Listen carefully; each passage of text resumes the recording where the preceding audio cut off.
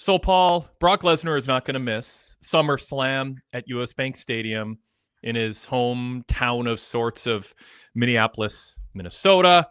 I mean, it's not a shock that there's some way for him to come back. I mean, there was a chance. I think just if you're watching the show, you think, oh, maybe Brock's contract expired or he had a health issue because he's had a history of health issues, and that's why he's crying because he really wanted to be at US Bank Stadium. I mean, they sold that really well. But now he's back. He attacks Obafemi. I think it's a suitable end to the Obafemi Open Challenge. I hope we don't get any more of those. Now Oba has something to be angry about. The surprise, I guess, is that they announced that the contract that Paul Heyman offered Adam Pearce, I almost said Paul Pierce, that Heyman offered Pierce is for Clash in Italy. I'm curious if we're getting more than one Oba Lesnar match, or if that's the one we're getting and Lesnar's going to be in a different match at SummerSlam a couple months later. I haven't really thought through all the options, but give me your reaction to seeing Brock show up. It was at a cool spot, by the way. I want to note this. I want to forget. It was Oba's ring entrance when the lights were dark. So all we saw is the contours of Lesnar, and you knew it was him if you're familiar with him. But it's still they produced that well. Yeah, it was a genuine surprise, and those are hard to keep. They were vague enough about how they described Lesnar's hiatus or retirement, especially in the beginning, where it seemed like that he'd be back at some point. But it was it was a shock. It was exciting. Last week I was surprised. Why did they get to this no challengers so quickly? And I guess this is why, because the Open Challenge is done. That was the last chapter. So yeah, it seems like that could be. It seems like we're going to get a Femi and Lesnar match at the Clash in Italy, and it might be reasonable to expect that Lesnar's going to get the win here, and then a rubber match will be for SummerSlam, or he could lose twice and move on to something else, maybe a retirement match with Gunther or some such thing. Yeah, yep. I think those are distinct possibilities. Is there a scenario where Oba can lose and set up a rubber match that isn't a setback for Oba? So I want to start there, and then I have a second kind of side point to this.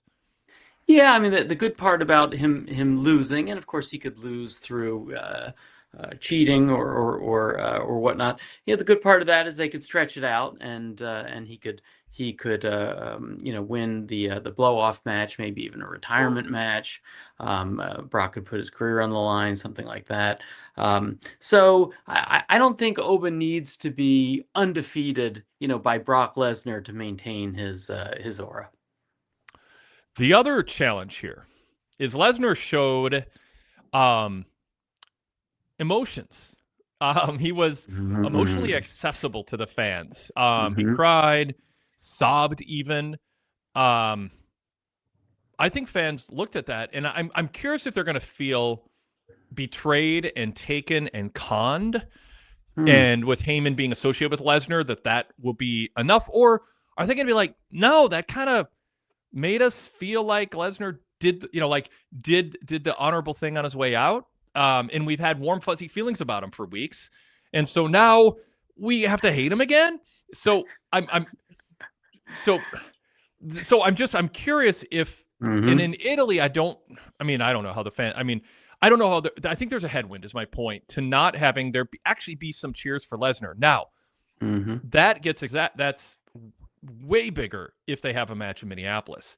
So either they've got something good in mind where Lesnar's going to just rip on the Minnesota Vikings or something between now and that event, and they'll be fine.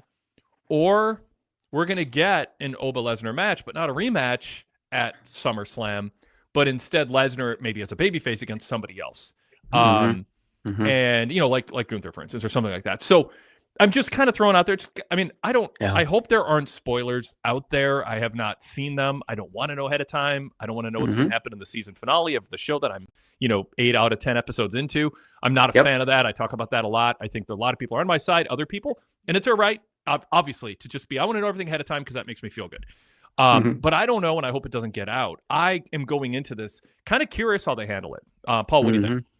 Yeah, I just want to mention that's one of the things I love about your programming is that I don't like listening to some podcasts where they drop a spoiler and there's Yeah. nothing you can do to avoid it. I feel like I can tune into your shows and feel safe that it's not going to ruin the some good surprises coming up. So yeah, this is all just conjecture. But now that you bring up the reaction that Brock is going to get in Minneapolis, it does make me think that, or in Minnesota, it does make me think that it would a better option is for him to maybe face a heel at SummerSlam. It's just the possibilities of the fans booing Oba, especially getting the idea that this might be Brock's last match and getting that John Cena, final match type adulation from the local fans. It would just be a bad look for Femi, I think.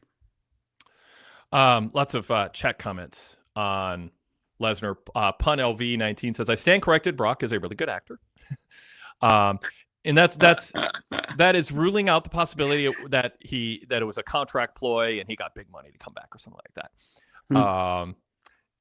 Mark Biscotti said they did a good job avoiding showing Brock's torn pants. That'll never end. Let's see. Darrell Freeman says, I don't think he can recover in the way where you have him on the show. He might need to lose, go away, and then let that be his recovery. So I think he's talking about Oba. Derek, you can clarify if you want. Darrell, excuse me, Darrell. But there is a chance the 4 F5s with Clash in Italy a couple weeks away will be the excuse for Oba losing.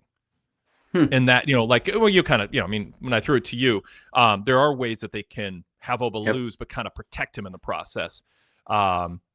And let's see what Derek says. I'm putting this up without reading it first. Wade, Oba did Heyman the Raw before Mania. He could hurt Heyman, but it'll be more satisfying when he beat Brock because it will hurt emotionally. I'm trying to navigate that. He could hurt Heyman. Do you understand that, Paul? Yeah, I think there's a word in there that threw me off.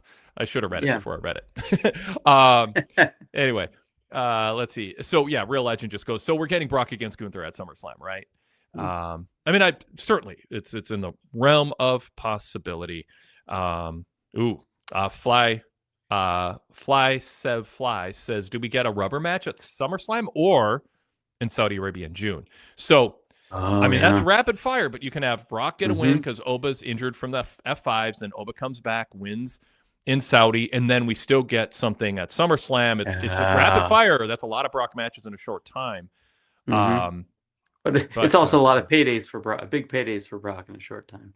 Yeah, I mean, he has so much money and he lives a simple life. I think the only thing he really wants out of life is to be left alone and to have a private jet to get him to the building and home as quickly as possible. I don't think once he's retired, I don't think he's going to have extravagant. And maybe he probably drives a Cybertruck or something, But it'd be so Brock. I don't know. No, I think he's more of a full size pickup truck guy. He's I think so. But anyway.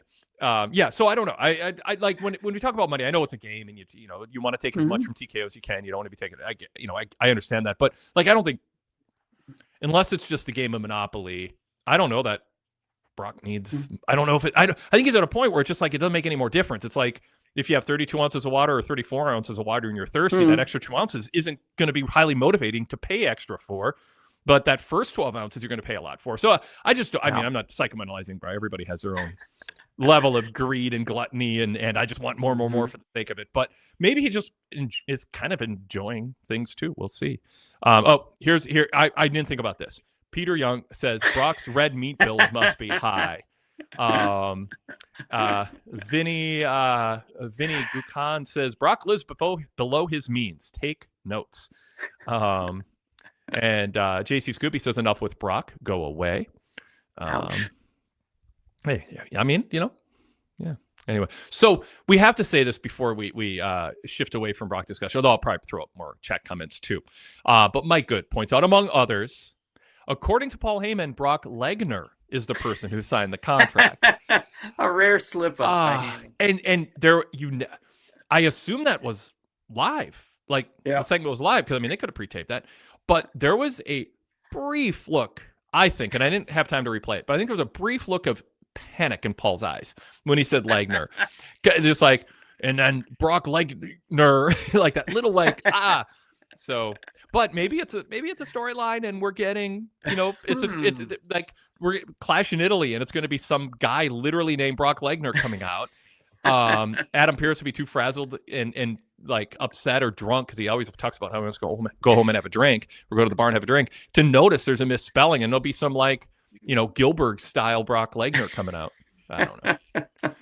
Somebody with massive thighs, I would think, and a penchant for the figure four, I would hope. It'll probably be somebody with spindly legs who Oba will destroy, who's shoved out there against his will because he didn't know that. I don't know. Anyway, enough of that bit. Bob OC2Y says, I thought his diverticulitis was at risk and he won't reach 50 if he continues to wrestle. It might be ill-advised, but if he wants money, wants more money. I mean, hopefully it's not. And that's where the red meat bill hopefully isn't bad, unless he's, getting a lot of psyllium husk or fiber, in some form or fashion, because red meat's terrible for it's such a, I don't want to say cause of, but a huge contributing factor to diverticulitis is that lack of protein to move everything along without getting all infected and jammed up. All right. Let's pause and introduce the show formally here. Oh, let's see. The Role of Brock Lesnar by Dwayne Gill. Yes. Sadler version 3, by the way, it's Dirk Mitchell. Sadler version 3 says, I didn't think Brock would be back to face Oba. I thought he'd be back to lose to Gunther in a retirement match at SummerSlam. We might get both. Yeah. And Darrell says they need Oba versus Brock on Clash because nothing means anything. I guess nothing else on the show means anything. Yeah. And Derek says, yeah, I know a lot of people out here is retired, but it looks like he's back. And then Derek cleared up his comment earlier that I read, so I want to give him a chance to clear. He goes, Wade, sorry, I'll forgive you. It wasn't clear. I was referring to the promo Oba delivered on the Raw before Mania about going toe-to-toe with Paul Heyman. So there we are.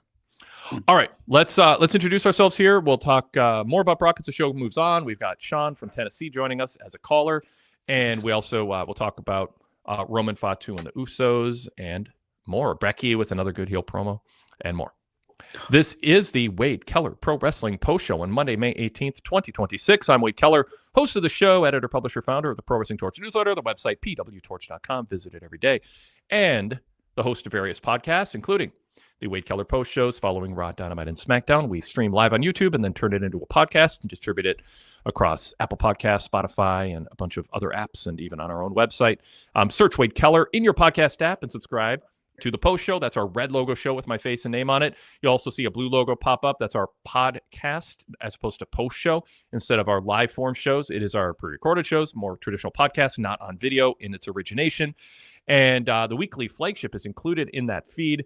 Rich Fan scheduled to join me tomorrow on the flagship, and you can send your questions or comments or rants to wadekellerpodcast@gmail.com if you want to be part of that show, potentially part of the show. I can't promise we'll get to it, and I don't say if your questions about something I've talked a lot about, sometimes I will skip it because I just want to cover other topics, and I know people put work into their emails sometimes. But it's a call for originality, I guess, with your questions. But if you disagree or want to push back, and it's not too long, if it's not like a guest editorial in length, then we'll try to squeeze it onto the show. If we get just bombarded with emails, sometimes I do a separate mailbag show. WadeKellerPodcast@gmail.com.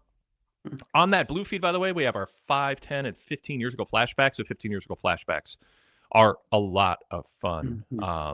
It's sometimes I get caught up listening back to them when I'm formatting them and cutting new introductions for them, because it's the 15 years ago show going up tonight is Jason Powell and me talking about the new Viking Stadium. It's topical because of SummerSlam, and we were thinking it was going to be like an Arden Hills in a St. Paul suburb instead of like replacing the Metrodome. They built it right over where the Metrodome was, and played, was it 2 years at the what is now Huntington Bank Stadium, where the University of Minnesota play. I just biked by there on Saturday. Well, anyway, so weird. I'm not sure that's a sales pitch to listen to the show to hear Jason talk about a place the stadium wasn't built, but it is, 15 years ago there was no US Bank Stadium. So anyway, let's give out information on participating in the show. We've got a live chat, which you know about. We've been referencing it. If you watch us live on YouTube, you can be part of that chat. If you are not watching us live on YouTube, but you watch the show and want to give comments, Wade Keller postshow at gmail.com is where you can contribute comments or questions, and you can listen back later, see if it made it onto the show. And you can be a caller, a video caller, or turn off your camera, be an audio caller. Just go to my report on PWTorch.com, our website, and look for the link in my report. It's at the top and bottom. Click on that, and you can jump in the waiting room, and we'll bring you onto the show to comment on whatever you want to comment on the show. Okay, my co-host is Paul Weigle. He is a PWTorch contributor. Rising Stars and Fading Stars is his specialty. Paul, welcome. Thanks so much. And I did want to mention, you were talking about the flagship, and give you kudos. Last Tuesday's flagship, you and Kelly Wells broke down the new NXT call-ups and their various prospects, and it was such a great show. So really love that one. Kelly's knowledge about NXT is amazing, and you brought it out. So just wanted to give a call out. That was one of the funnest shows I've heard in a while. If you didn't give Kelly most of the credit, I was going to.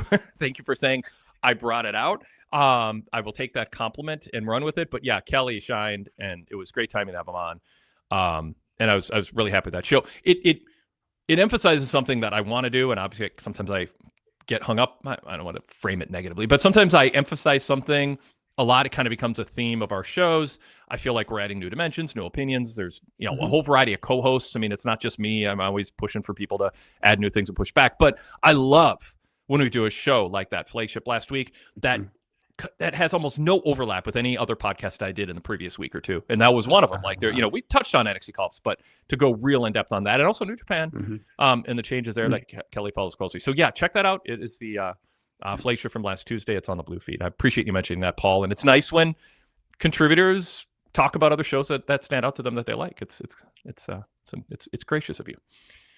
Okay. Did I forget anything? I think we're good. Right. Yeah. Cool. And people are shouting. It doesn't matter. Move on. You've done enough plugs. Enough chit chat.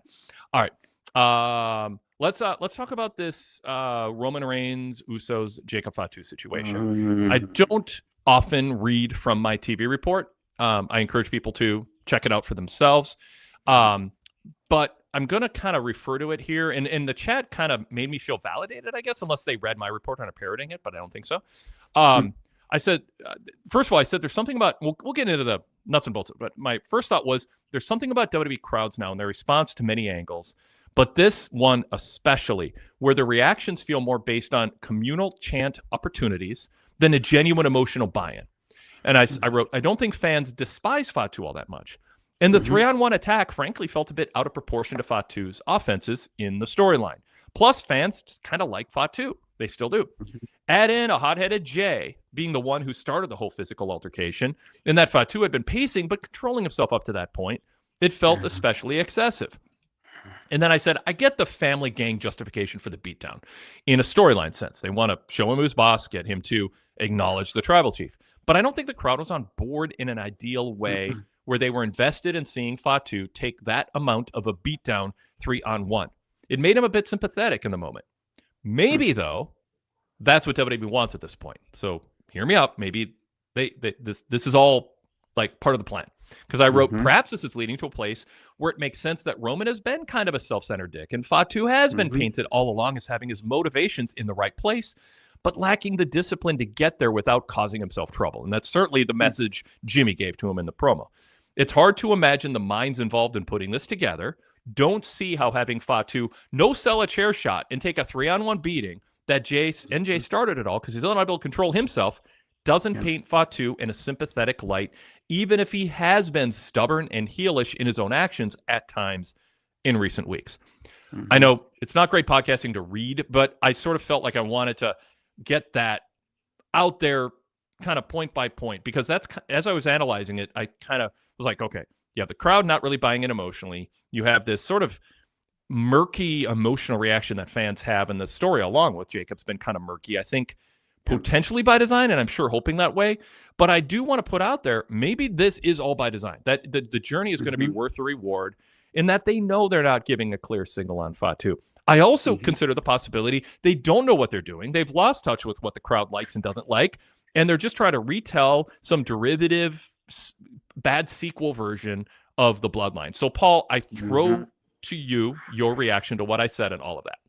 Yeah. Well, I love to think that you're right, that this is all part of the plan. Certainly to have the faces do an extended 3-on-1 beatdown to one helpless opponent, it doesn't it doesn't frame them as thus as faces. And LA Knight may have been, the voice of reason when he confronted the Usos and says that you have become what you hate, that you're no better than the Vision. That would point to that. But all in all, this reminds me a little bit of Reigns versus Punk in that it's very compelling TV, but it's also confusing. I'm not really sure who I'm supposed to root for, how I'm supposed to feel, and certainly the crowd, that was reflected in the crowd's response, which was anything from Yeet to OCC to a little bit of Fatu. Yeah, the crowd didn't know how to react either. Do you have a preference, Paul, on where this is going? Let's set aside even what we think they're doing. Given the lay of the land right now, what they've done, what do you hope happens? And because a scenario can be Jay and Roman are on one side with whatever, and then you get Jimmy and Jacob on the other, maybe LA Knights in that, like, kind of play out that scenario. Do you like the idea of Roman going heel? Do you like the idea of them being kind of tweeners for a while, where we kind of have mixed feelings, and we sort of leave it up to the fans because it's not old school wrestling and everything is more sophisticated. I put in air quotes sophisticated. Or do you think we're reading too much into it? Fatu's supposed to be the heel, Roman's a face, and it's going to kind of play out that way, or some other version? Yeah, I think that the best outcome would be just what you're suggesting, which I hadn't really considered, is that this is part of a well-told, well-paced story of Roman and the Bloodline turning heel again. It certainly makes sense. Jacob isn't the most likable, but I think if he was to reveal that he had some reasons for going about things the way he did, that would go a long way. And yeah, I think this tonight went a long way towards that goal, if it is indeed what they're doing. And they took their time with Sammy versus Trick and their double turn. I think that they very well could be doing the same here. Let's throw some comments from the chat on the screen here. Controller Flex in the chat says, watching 3, quote, baby faces beat on a trapped, quote, heel was wild AF. Real Legend says, I feel Roman and the Usos acting heelish. They just jumped a man 3-on-1. I won't read Sean's comment because he'll be joining us momentarily in the chat, but the chat can enjoy it. Let's see. Durrell says, Jimmy has never meant anything, didn't need to be back. Jay has been diminished and needs to be rebuilt or change. Roman was hurt after Punk and needs a real first feud to build him back. And I do think there's a possibility they're just kind of hung up on, let's just create prestige TV drama, kind of losing track of the fact that they are in a very different business. It's a week-to-week event that tours where there are live crowds, and the peak fan experience, ding, ding, ding, is crowds getting to get really behind somebody and really against somebody else, and have that be the communal experience, rather than just looking for opportunities to chant something, because it's fun to chant things with other people.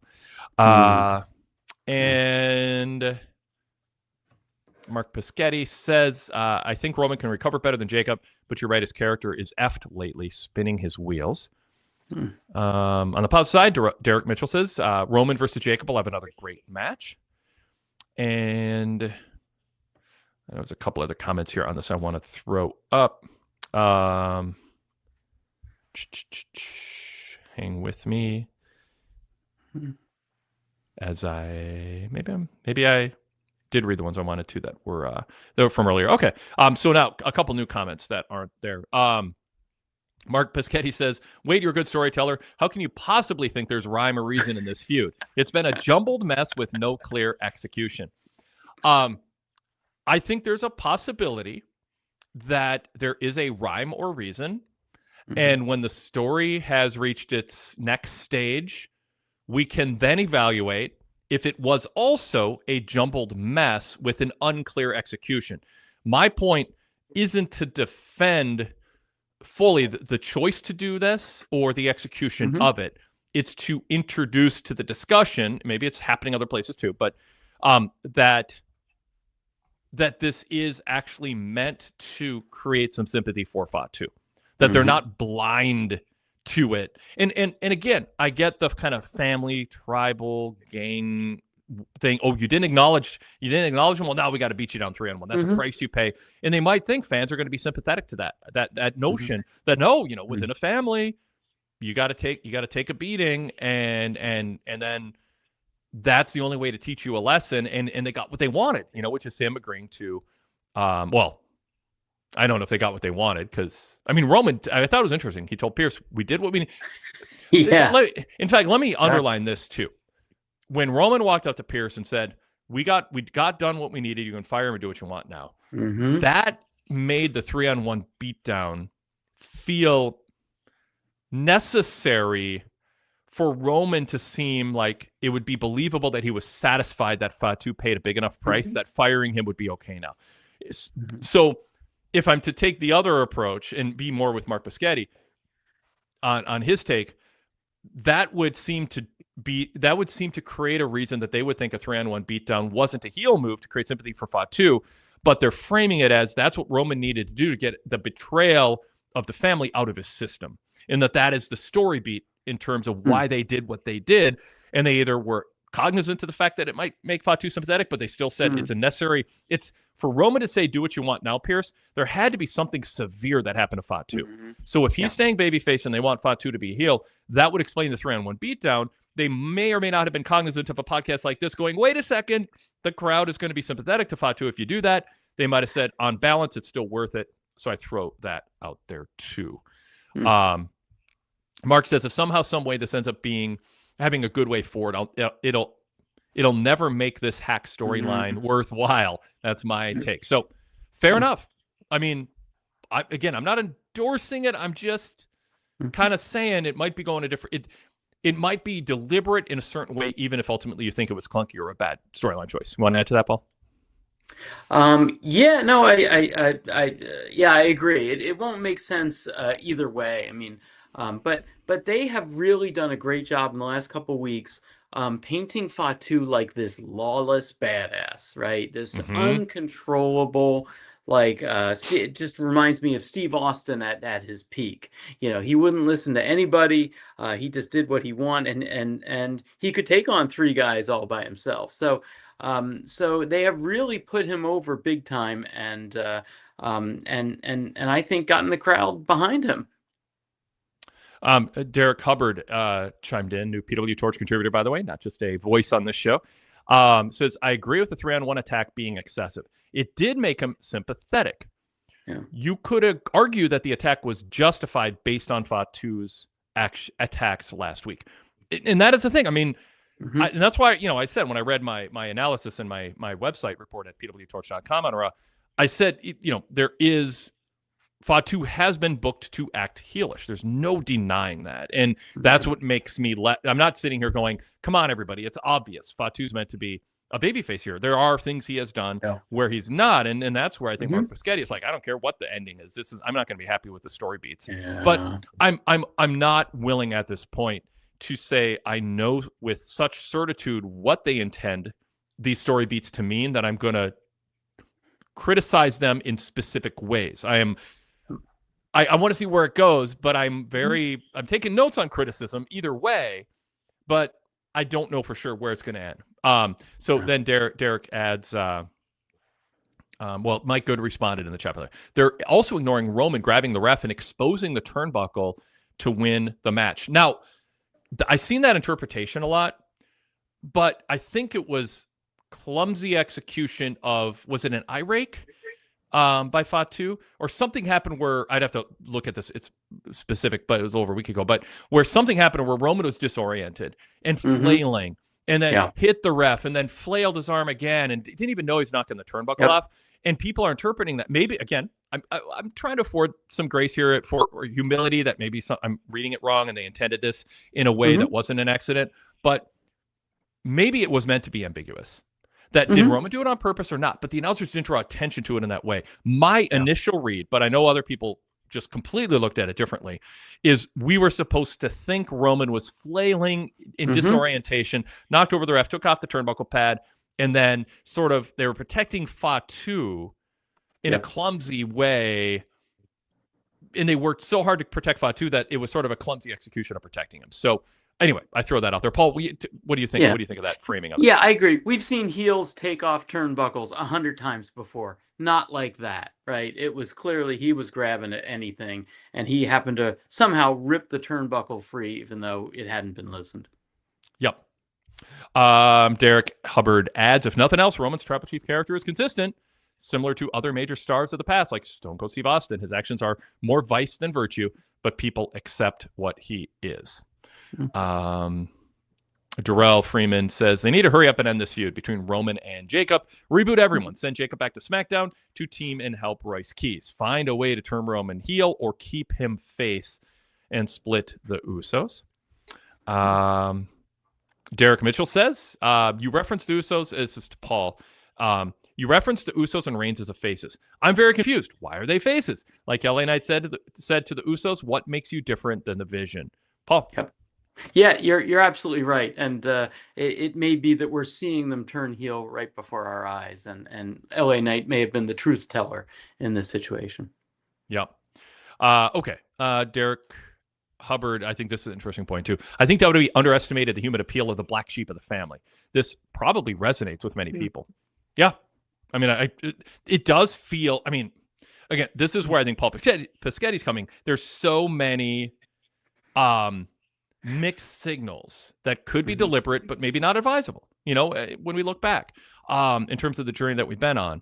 And yeah, if we don't know the ending, it's hard to spend a lot of time criticizing what the way that they're telling the story. But there is a black sheep of the family aspect where he kind of feels ostracized. And yes, it's sort of justified, but there does seem to be kind of a blunt, cruel heartlessness to him. I like Jimmy being level-headed and Jay just pacing behind him. But even that, like, I mean, I emphasize in my analysis in my written report, Jay instigated. He triggered the you know, Fatu was controlling himself. So I just think, are they really not seeing that? Or is it part of a breakup of the Usos? Jay's going to be the heel because Jimmy has enough of him. I don't know. I mean, there's a lot of paths that can go. And maybe the AI bot that WWE uses likes lots of misdirections in their storylines. I don't know. Derek Hubbard says, as for the turnbuckle spot, I saw it more as a desperation opportunistic counter rather than blatant cheating. So there's three options: blatant cheating, desperation, and opportunistic, or he was disoriented and flailing his arms, hit the ref, reach for the turnbuckle, didn't really know what he was doing because he was, you know, just he didn't know what was going on. Real Legend says, wasn't that when Roman was in the Tonga death grip? That makes sense. Like I said, yes. I couldn't remember if he got anything in the eye or if it was just disorientation from the grip. That makes sense. In this, I think this just summarizes it well. Fan Blast says, Fatu doesn't come off like a heel. He comes off like a badass who fights alone and goes after what he wants. Yeah.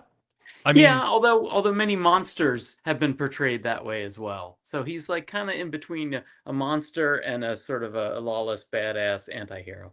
Yeah. Yep. Yeah, that's a good point. I love this. Peter Young, 8517 says, I have never fought with my family in a logical, understandable fashion.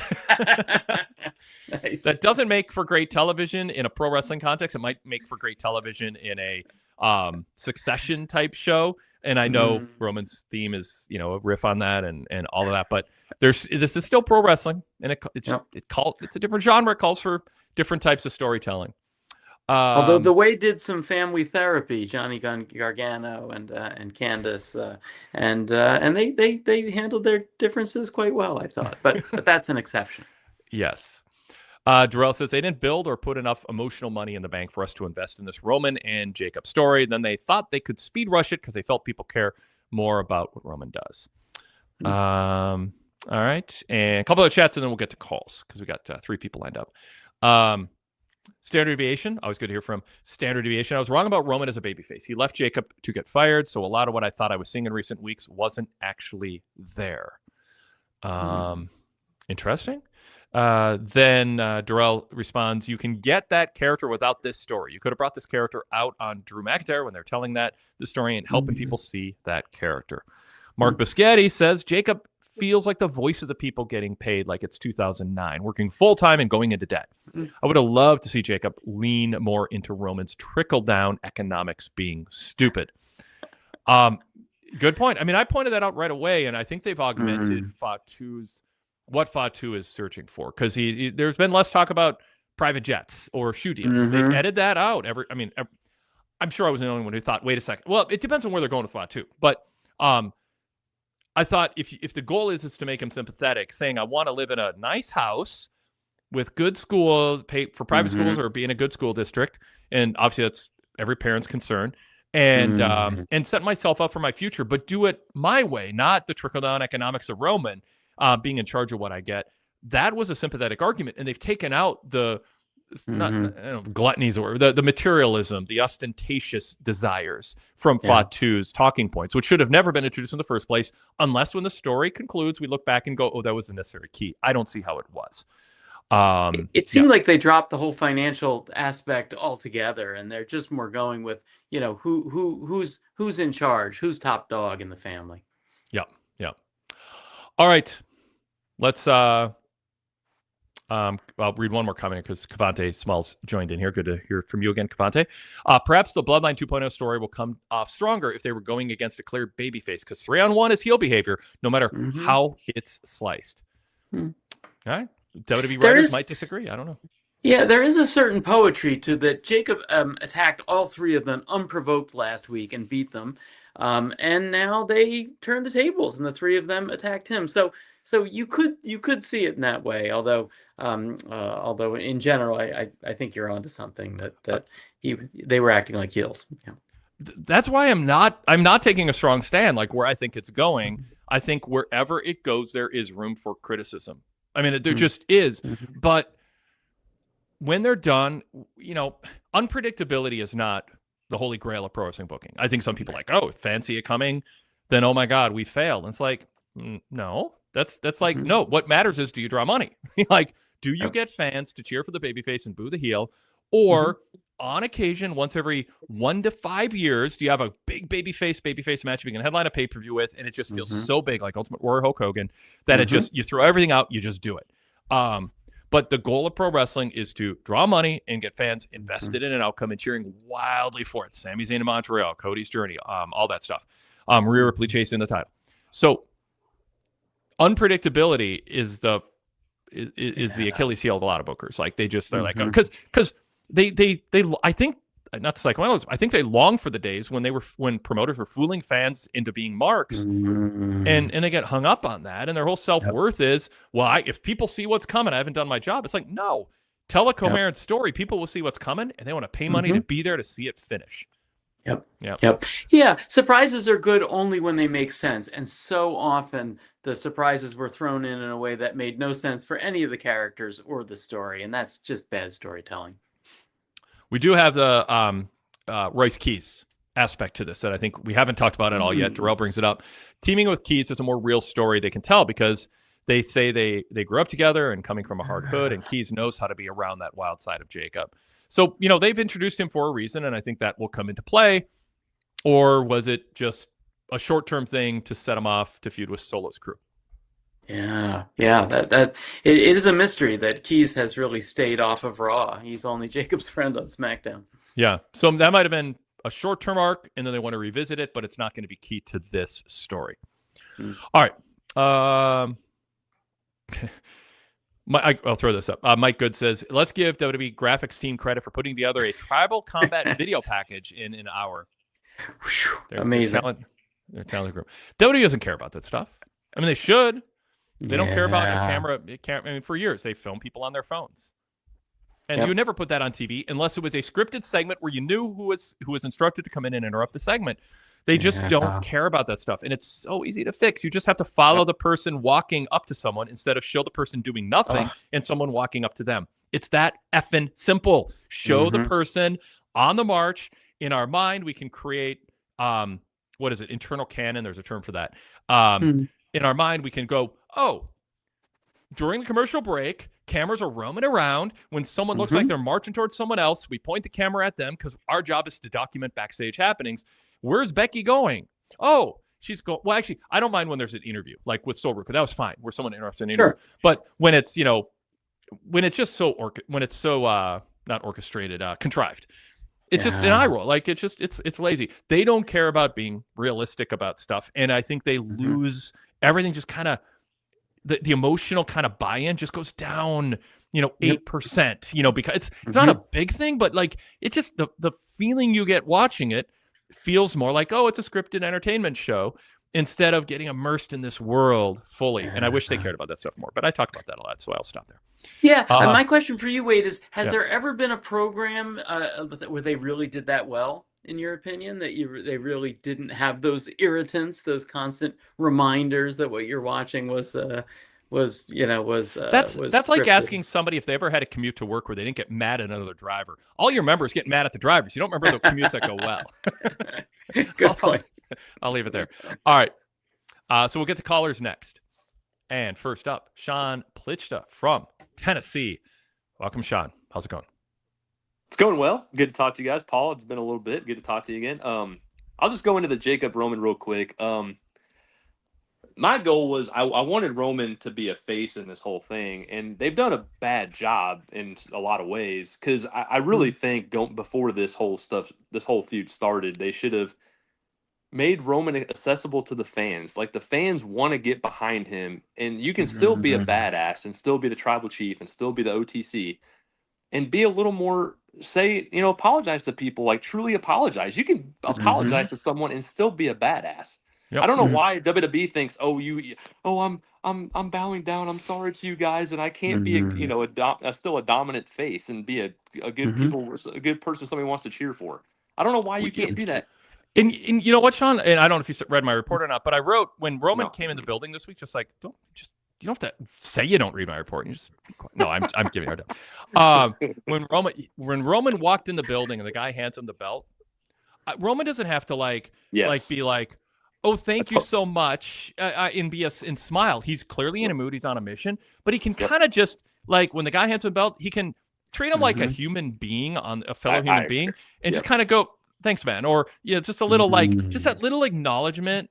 Like when the server refills your water and you're in the middle of a conversation, the server does not expect you to look at them and smile and say, thank you. It's their job. And this guy's job is to bring Roman the belt. But they do expect you to just give them a look, like just a little thing, like a little thanks while you're in mid-thought. And that's all I want Roman. But if Roman's goal is to be a babyface, I want him to treat Adam Pearce like a human being who he's upset with instead of beneath him. Everything, Roman's whole acting range is, you're beneath me. Everything he does, everybody, friends, family, foe, ally, you're beneath me. It's like, show some range. It can be, you can keep your badass intensity, but be a decent human being. Now, if the goal is for him to be a heel, then this is good. But if not, just give a little nod to the server refilling your water. Give a little nod to the guy handing you the belt, instead of acting like you're such a big shot that you get to be a dick to everybody all the time when they don't deserve it. And it's a super small thing. And I know some people are going to be like, oh, nobody notices. And I'm sorry for using that tone, because it's not a fair representation of your argument when I go, but it is. That's what it comes across to me. Like, I know some people don't care, but I'm not talking about a few people who don't care. I think overall, that little stuff adds up. Anyway, Sean, I interrupted you with that, so go ahead. Well, and I wanted him to be a face because, number one, the fans just want to get behind him. I mean, it's the whole thing. The fans want to cheer him. I want to cheer him. I like him a lot more now than I did, because, again, he was a heel and he was despicable and did all that crap. But now it's like, okay, he has that badass vibe, but in a way where initially the fans were, were getting behind him, and I was getting behind him. And then he starts doing all this where have the murky waters of Jacob. And that's why I didn't really want the Jacob stuff at first, because the fans love Jacob, and you were talking about it, face, who are we supposed to cheer, who are we going to boo, all that kind of stuff. And then Fatu was being heelish after the match, at Backlash, and that's what happened. He went heelish. He started doing all this heel stuff after he lost, even though he's upset that he lost. I get it, but you don't just go and start attacking him afterwards, and that was kind of weird. And then the Uso stuff, like you guys have said, it's all over the place. I don't like anything Jay and Jimmy are doing at all right now. I'm not a fan of it. If it was Roman and Jacob, at least they could tell a story that would make you. They're trying to add the Usos to it to make it more interesting, but they're just making it plotting and weird. And I want them. I'd either want them to go full heel because the Usos just as faces don't do much for me now, and so and I don't think they do much for the story in that way. But I think they'll make it make sense. It's just been a ridiculous way to get there. I don't like anything they've done with a lot of this, and that's what's it's been disappointing because Roman Jacob is a big match, and it still will be. I mean, the match is going to be really well done. Man, they could have done so much to make it feel better. Given where they are right now, do you want Roman to be a face or Fatu to be a face when this ends, or have them align either as heels or faces in a family? I would rather them align. If they're going to align, I'd rather them both be faces. I mean, I don't want them both to be heels because they're not going to boo them. They're going to cheer them. That's the whole problem. I mean, if you turn them heel, fans are just going to cheer them, and that's going to be a problem for so many other people. They're trying to go against them. It's just going to be it's going to be a huge issue. So if they're aligning, I would have them be good guys together. So I wanted to talk a lot about the Brock stuff because I have a lot of thoughts on it. And I'll try to make them as precise as I can. The first thing, I'm tired of the thing. I'm getting over the stuff of you're gonna do all this stuff. You're gonna say you're supposedly retired. Okay, it means nothing. Like Brock actually felt genuine in that moment. He felt genuine. Like I even thought it was genuine. I'm like, this is cool. This is a Brock I've never seen before. This is it. This was a cool moment. And then they got to muddy it up by having him come back. And it was a cool surprise in the sense of you didn't know what was coming. I get that that's what they were going for. I understand all that. The Open Challenge has been dumb. I agree. I didn't like the way they've gone from Oba since he won. But guys, I didn't like the retirement stuff now that he's back, and I don't want another Brock Oba match. It's going to be the same match over again. We don't need to see Brock Lesnar in a match anymore. It's the same stuff over and over and over. Why do people not get this? Guys, Brock is a big star. We're not denying that, but it was a cool moment. Just end it there. We don't need him on TV anymore. So we've seen it. So 7-Eleven says Brock coming back kind of ruins WrestleMania for me. That people really wanted that to be a moment, as you're pointing out, Sean. Derek Mitchell says Brock never said he's going to retire. I thought everyone jumped the gun. It is interesting. I mean, it's notable. You know, he just left his boot and gloves and cried. No retirement announcement. I think last week was the first time someone referred to it as a retirement. They just said he's gone away. We can parse that however we want. It's not a false retirement because Brock never said it. Does that matter if everyone assumed it or thought that, even if there was an asterisk in everyone's mind of why aren't they saying he retired? Don't go to all that trouble, though. Don't go to all that. But, Sean, for instance, the Oba Femi Open Challenge was dumb in its execution in certain ways, as you frame. You know, if we stipulate to that, they didn't book the Oba Femi Open Challenge because they thought the Open Challenge would be a good storyline. What they thought is we need an excuse for Oba to be in the ring when Brock attacks him on May 18th. So how do we book backwards from there? Oh, let's do an Open Challenge. We'll fill 3 weeks with it. We don't think it's going to be good. We're cognizant that it won't be good, but it's a price we're going to pay to create the scenario for the attack. So I don't like criticizing booking for something it wasn't intending to be, but instead it knew it was baked in, it would be weak, but it was the only way, or it was the best way that they thought they could get to the end point. So I think WWE's creative team, if this was, you know, the WWE Unreal, and we got frank insight into this, someone would say, this is going to be a weak Open Challenge, isn't it? And Sean's going to be complaining about it on the Wade Keller post show on May 18th when Brock comes back, right? Yes. Is there a better way to do it? They discuss 3 ideas. They go, no. Okay, let's live with Sean's criticism and the fact that it is kind of a weak Open Challenge because we are booking to this endpoint and we think that's the best way to get there. So my only point is not that you're wrong, but sometimes things are clunky because it's all about that last chapter and they sort of reverse engineer it. So just don't think they didn't know it might have been weak. That's my point. They might have kind of known that.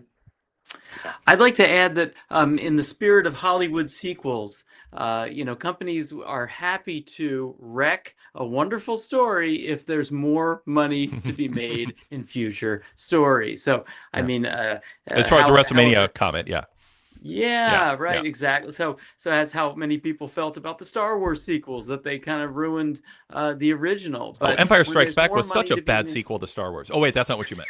no, that was the good one. I know. No, I know. Yeah, I mean, there's if they think there's more money to be made, they'll take people out of retirement. They'll ruin a great story. Yep. You're right. That was a perfect ending, but it's not the ending we're gonna get.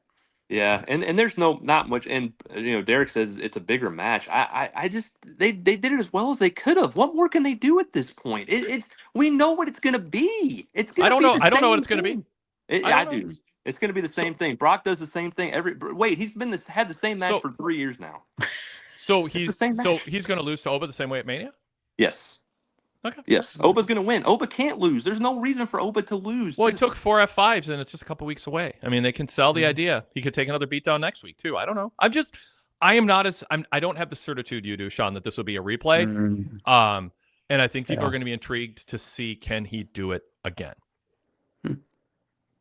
I mean, yeah, it's only 2 weeks. There's not much you can do to. I mean, that's the only intrigue, I guess, is if Brock's going to win. But I just don't think you bring Brock back again. Just he's lost so many times, and then he's going to beat Oba just because he F5'd him 4 times like this week. Like I just Oba should be more resilient than that. He's a big dude.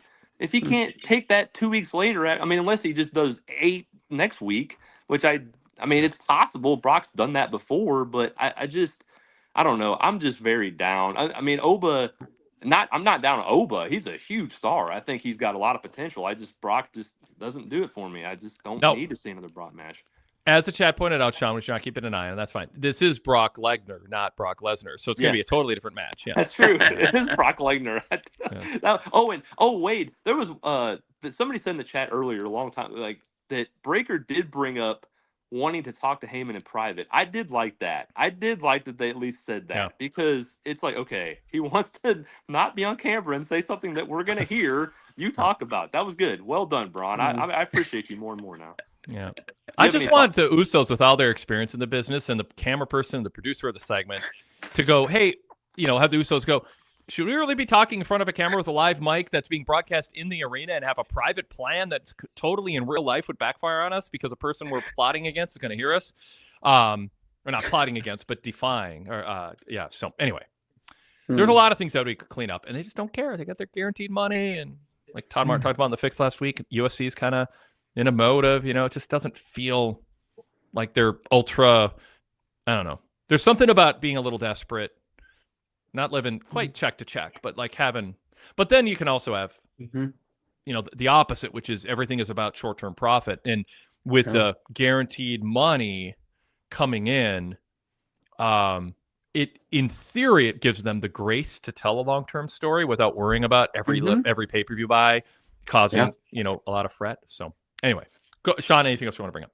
Yeah, so just a couple quick things. I wanted to bring up Ethan Page. I love that stuff with Cole. I loved it. Ethan Page is awesome. He needs to win the title on Saturday. He needs to win the title. He is doing such a great job as a heel right now. He always was, but AEW just didn't do enough with him, and WWE is using him in a good way right now. I think it's cool. What do you guys think about the backstage with him and Cole? Oba was the perfect crinkle-cut crispy fries. That just looks so good. Where did I saw that? I saw like some sitting out this weekend. Oh, I was at a food hall. I was like, oh, those are good. Michael Cole is the runny room temperature ketchup. His acting after all these years is so below par when he's given the interplay. He's good on camera, like with Graves, like that. He's done that. But when he has to kind of go, not live on camera looking at the camera, but interact in the scripted interactions with wrestlers. Like Ethan will be like, Michael Cole, let me interrupt you. And Michael Cole would be like, I do not like being interrupted. What are you doing? It's like, my God, it's like Sesame Street acting with him. I don't know why he loses all of his, like, the finesse of his on camera when he gets in these sit down interviews. But every time he's in these sit down interviews, it feels like a read through around a table. Like you're just memorizing your lines. Oh, Ethan, why are you interrupting me? I don't believe that you're giving me the respect I deserve after all my years in the business. It's like, it looks like a dry read through. He's terrible. So I'm not going to dwell on that because I already did. But Ethan was fantastic. He Yeah. was Mhm. he So was good. those crispy crinkle fries, just a little bit of just brown, and you just they're hot and steam. He was great. I haven't had fries in a while. With that analogy stuck with me. I was a little bit confused, Wade. I thought you said earlier that Oba was crispy fries. No, I did You meant not. I did Ethan. not. I did Okay, not. all right. No, no, I'm not using that twice. Yeah. So no, Paul. I thought Ethan. I mean, I'm looking at Ethan and the way he's Yeah. coming across now. I'm like, I'm not ruling out him as a world title challenger. And I thought he was just an IC title level guy. I still would put my money on him being an IC level champion and not going to world title. Certainly not on a major pay per view, but he's good. And I've compared him to kind of MJF a little bit in that I felt in AEW there's a little bit of an overlap or redundancy between the potential of the two characters as self-centered, egotistical heels. They're distinct from each other in certain ways, but like I'm taking a fresh look at him in a way that I hadn't even with his NXT work. So Paul, your thoughts? Yeah, I mean he was such a joy. His heel work was such a joy on NXT. He has a way of making things humorous and fun without sort of breaking your suspension of disbelief. I didn't really like the only thing that bothered me about this interview, which I agree was great, when Cole says, "I think your ego is going to cost you the Intercontinental title," and then Ethan Page, who calls himself all ego, says. Yep. It's not ego, it's confidence. Yep. I'm glad you brought that up. I didn't even mention that in my report, but I meant to. I thought he should have embraced ego. I think he should have just owned it and says, yeah, it's ego. Something you don't have. Michael, you wake up every day and look in the mirror and you understand ego isn't an option for you because you're a loser, but I'm a winner. I'm all ego. It's what drives my success. I can't say it's what makes me better than you, and you know it, but like it's essentially he should have. You're right. He should not have run from that. He calls himself that. He should have said, Cole, of course you think that's a bad thing because you've never entertained the notion that you're good enough to have one. It's not a derisive term for me. It is a fact of who I am. It's a fact of life, as Eli Drake would say. All right, Sean. Yeah, I still French tried fries. to do it in a heelish way. I still thought it kind of worked, but I see what you're saying. I mean, because I think he said all ego later on, and I still think he brought up the ego. I think he was just trying to be heelish with it. I see what you're saying though. The last thing I'll say is, where do you think? I still think Liv has done a really good job. I just don't know who they have next for her. I want them to build a challenger for her. I just think they're kind of in limbo. I mean, the Judgment Day is fine for what they've been. Like it's not bad. It's good. I mean, the Roxanne Liv interactions have been fine. The Raquel stuff has been okay. I just want to know, where do you think they're going with Liv who her next challenger is going to be? Because they need to build that up soon. I mean, they've got to do something to build that women's division up. And other than Becky, and I mean, they got to do something with Liv. She's hot and she's doing well. I want them to have something planned. What do you think they've got planned, or where do you think they might be going? Just her and Roxanne here soon? Or what do you think? What do you think, Paul? So Io really stands out. She just won a big match. She's always ready to be a contender. I know they haven't crossed paths yet, but I see that as a possibility. I would imagine that Roxanne would have a more natural feud with Raquel, her partner. But it could go that way as well. Yeah, I think that's the only thing that seems imminent. Potentially, but they could go a different way that we're not quite there yet. They're not dropping hints of it. I'm not as you seem just like, let's get to it, Sean. Let's get to something else. Well, no. I mean, I think they're telling the story well with Liv, Roxanne, and Raquel. I think they've told it all right. I think they should have something, at least somewhat soon. I mean, I don't want to go unless they're just planning on waiting until SummerSlam and just like, all right, let's build our next women's like big feud for SummerSlam, because I think obviously they got a big match planned there anyway. But I thought, because Clash in Italy, I mean, they do have 3 huge matches for it, and that's good. I mean, if you're going overseas and the fans that don't get to see matches like that, you have 3 really big matches you can go with, and that's cool. So I like that. But I just think the women's division builds something big with that, and Becky and Sol they have for Saturday night's main event. So I think in Clash in Italy, I just want them to have a big women's match. That's all I was kind of going with there. But I'll get off. I know you have 2 callers. We'll let them get on some of their subjects, and I appreciate you guys doing it. I'll get back in the chat and listen in. Thanks, Sean. I'll keep an eye for your chats too. Appreciate it. Always good hearing from you. All right, let's bring Jason D into the program, and then after that, Darrell Freeman will join us. Jason, welcome. We heard from you Friday. Good to have you back here. Jason D from Australia. What's up? Yeah, thanks, Wade. Listen, I know it's later for you guys over there, so you can I can handball, use an Australian term, to Darrell, then I can come on last if you want. Oh, we'll do that then. You just, yeah, we'll bring him on. Maybe he doesn't care either, but we appreciate you volunteering. So hold on here. Darrell, welcome to the show. Jason stepping aside so you don't have to stay up late. What's on your mind? It didn't matter either way. How y'all doing tonight? Good. I would say this to respond to Sean. I think they probably waiting for Stephanie back here to come back to start a feud with her, and they kind of went away with that Roxanne turning away thing for a couple of weeks now. They look in limbo. I don't think they know what to do with the Judgment Day, because they replayed all those promos that they did when they had that first Finn and JD match, which was awesome, and they should have did something then, but they just replayed the same thing and did the match for the third time, which would be the rubber match. So, hey, I don't know about that, but I think that's what they're waiting for when it comes to that. Yeah, Paul, go ahead. Yeah, so that was a little odd that we saw it. We saw Finn beat JD clean before WrestleMania, and it really seemed like a done issue. And then he beat Dom, and then it was odd that they fought again a couple weeks ago, and then again tonight. Although so it did seem kind of odd. Although the match was so great that I think I would have liked a better build and to make more sense for them to be fighting again, but the match was so fantastic that I think they won the crowd over, and they sure won me over. I think they do see JD as just a guy who takes great bumps, and he's such a pest that fans just want to see him, get what he's got coming. And then obviously the fact that Balor still won despite help from Dom is not protecting JD. But JD is just one of those guys that are like, he's still, it's what you said, Paul. He's going to give a match that just fills TV time well. Even if it doesn't make sense the match is happening and people know likely the outcome or what the outcome won't be. JD's not going to pin Finn clean. Yeah. Just you can rule that out. I think people still want to watch because JD he's one of the best people at his slot on the roster that they've had in a while. I wish they would, though, let him win or something like that, because that would be different. That would be something outside of the box and show me that you could build something by giving him a win and show you can build something with that, because instead of telling the same old story that ain't going nowhere. But I wish they would do that. 7-Eleven in the chat says, I don't see the long-term direction with Finn right now. Even beating JD, I don't know what the long-term direction is, but that's okay.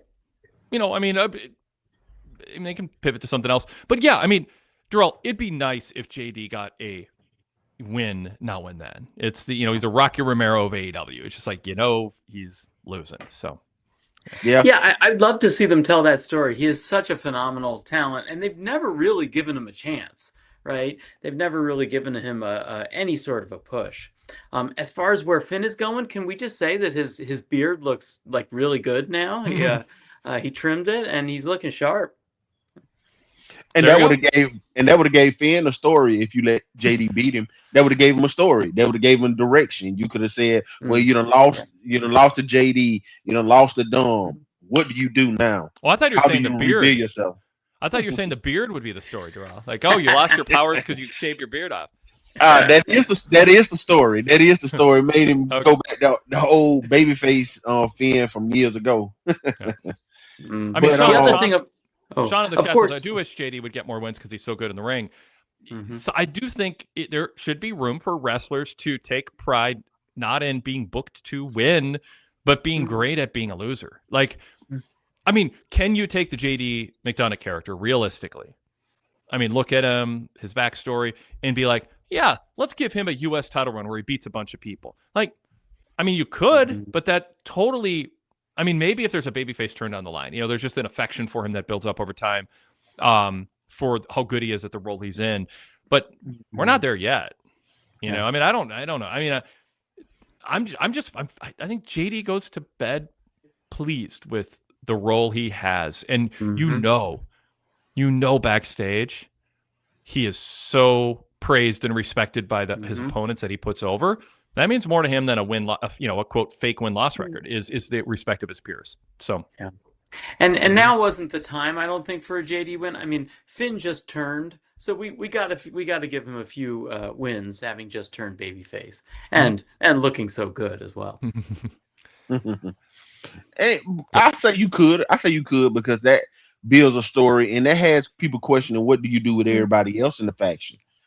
Because if he get on the roll, you assume Dom should get on the roll. You assume Liv should be on the roll, and you assume that Roxanne and Raquel should get on the roll, and then you can venture that off and see how it goes. What if they don't get on the roll and he get on the roll? Do you start looking at him envious? Do you start taking him? It's a bunch of ways that you can go, but they're not in right now. I don't think they're in the business of storytelling. So, All right. What else? But to get into something else, I'm gonna talk about Becky and Soul. All right. Becky gave to me a amazing heel promo. I like when Becky talking, how she talking, and she giving a heel promo. On the other hand, I'm somebody who watched NXT. I've watched NXT since it was FCW, Florida Championship Wrestling, coming on the Sunshine Network in Florida when you couldn't do it. I watched it when it was the game show, when you had Daniel Bryan and them on there and all that. So I watched Soul Ruka. Again, I'm somebody who I like who she is. I like what she can do. But I think they let her survive off of that one move and never developing the character. I like what Becky said to her, but I did not like how Soul responded because her name's Soul, but it didn't feel like she had any soul in the words that she was saying, no feeling in the words that she was saying. So to get behind, like to drive people to get behind her, that's why I didn't feel like the reaction to her had any type of oomph behind it because I don't think the fans seen anything behind it. That was the only slight about it. And I understand that you get in the match at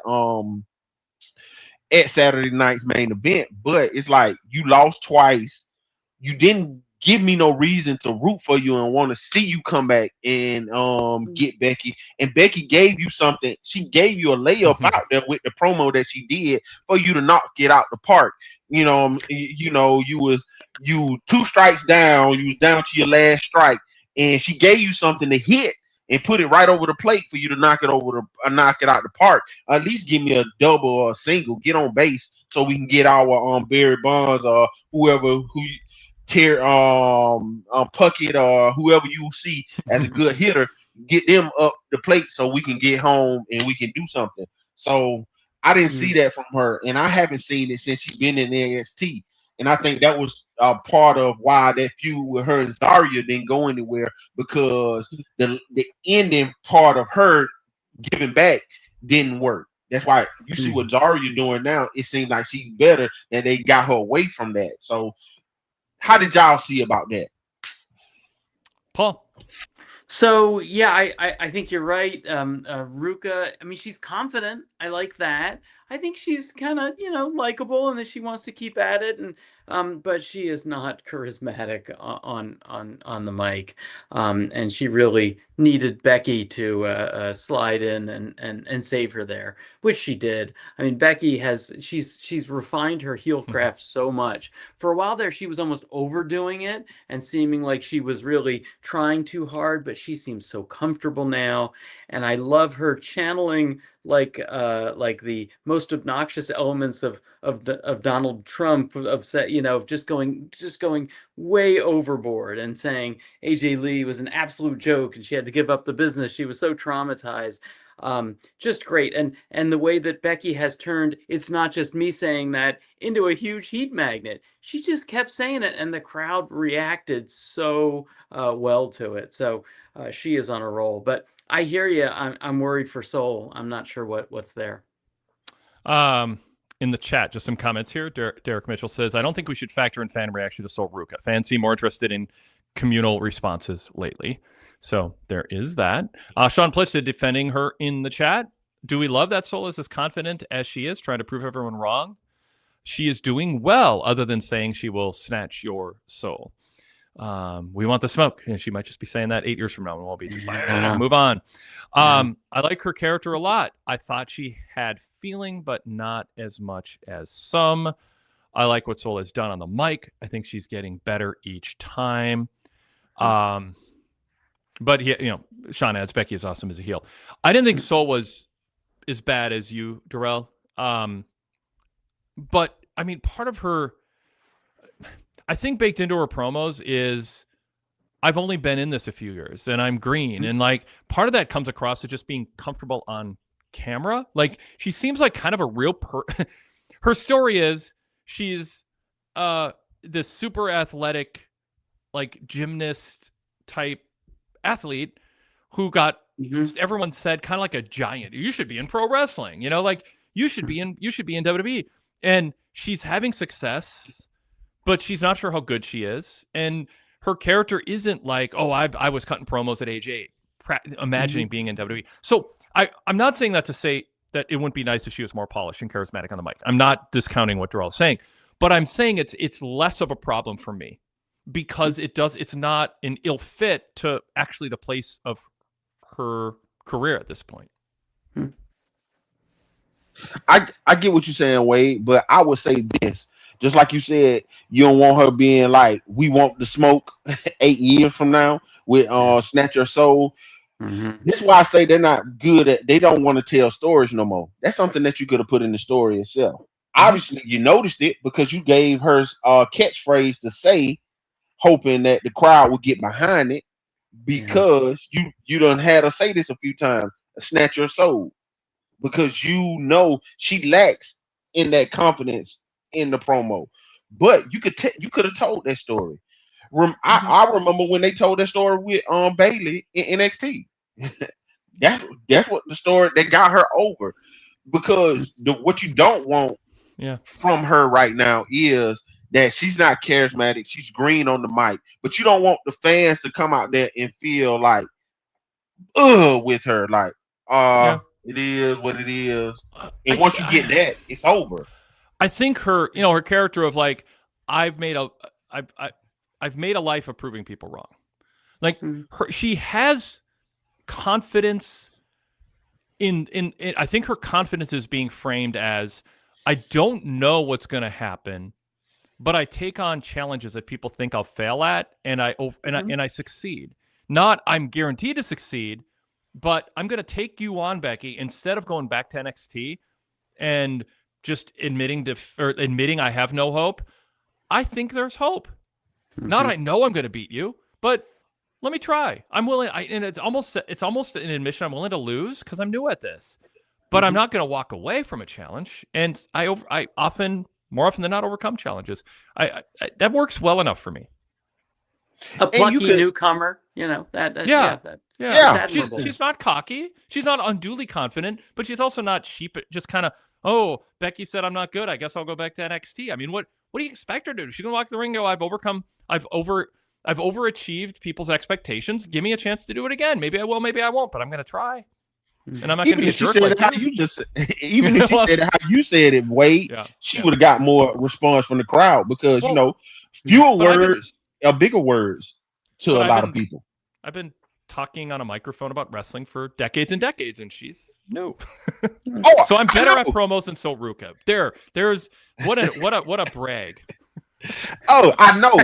And people allow that to happen. They allow you to be, mess up on the mic. You knew it don't matter. But I want you to show it's not about the words that she say. It's about the feeling and emotion that she gives off. Because you can still give that off, even if you don't know the words or you're not good at saying the words. When I was coming up early in my life, I used to do work on the phone, and they give you a script, and they always tell you don't venture off the script, but make the script your own, right? And sometimes some of the best people, they really never made the script their own, but the emotion that they gave off when they was talking to you, making themselves feel approachable. She can make herself feel, I'm spunky, I'm new. I might do lose, but hey, I'm just trying. Mhm. And I believe I can do it. It's all great advice, and she isn't a natural in that way. I don't think she's a lost cause either. I do not have her in the Tiffany Stratton category. I have her higher than that. Mm. Yes. They got their new Tiffany coming with Blake Monroe anyway. I can tell that they setting that up for her to come take that from Tiffany. So yeah, you're right about that. And she's not sounding like a robot of a robot, because Tiffany was a robot of Charlotte. That's what hurt her. So you know what I'm saying? She got something.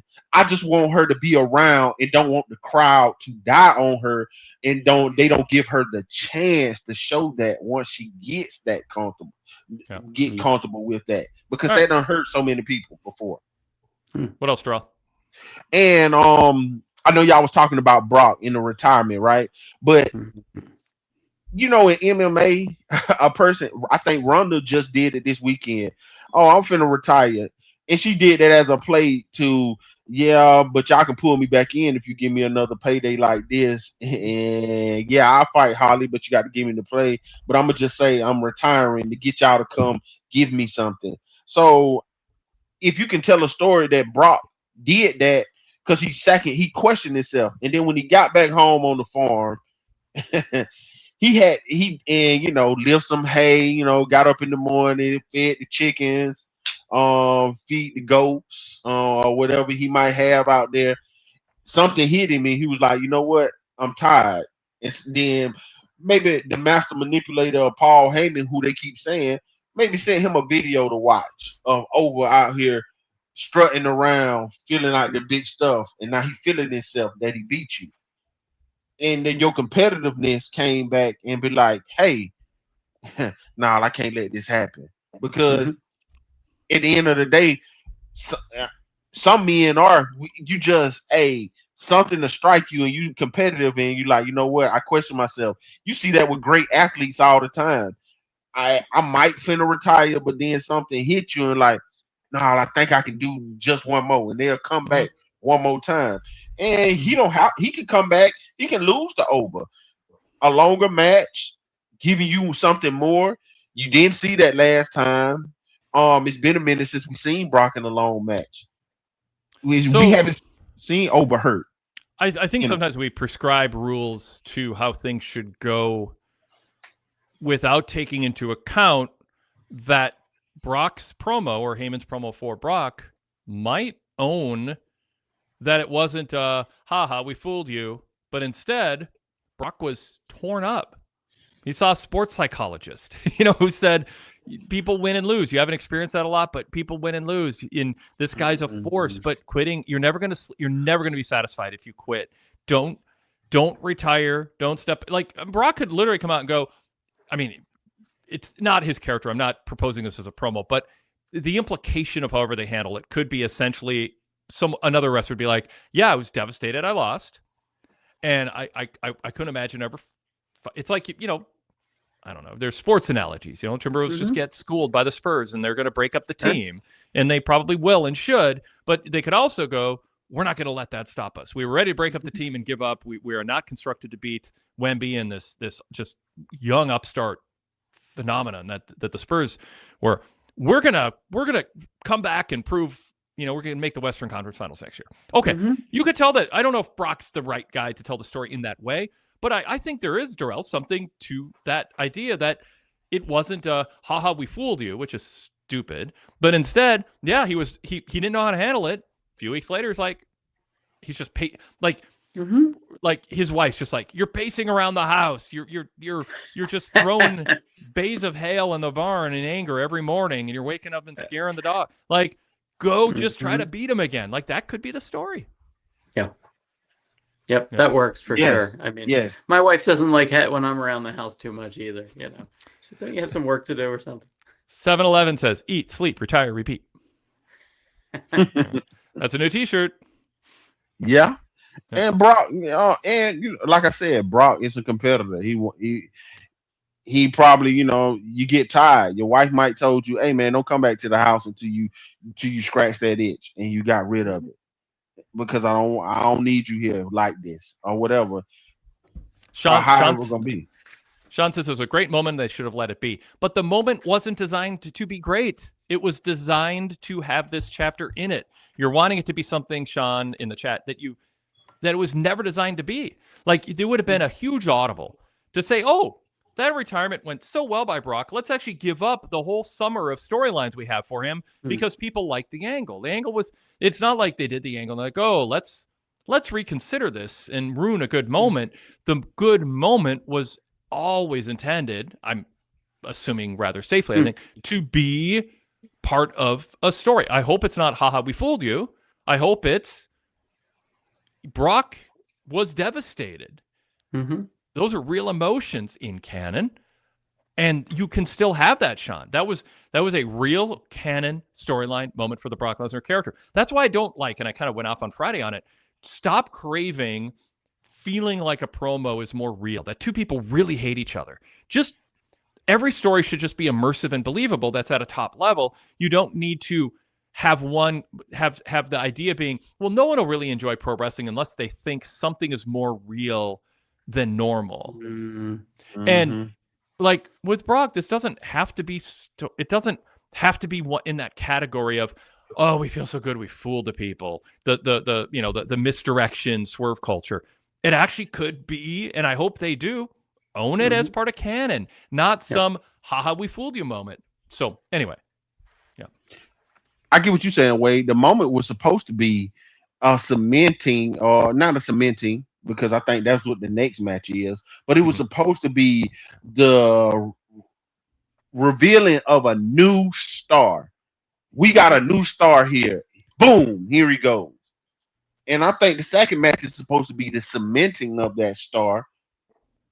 So then if you want to have him go after the title in SummerSlam, now you got the crowning of the star.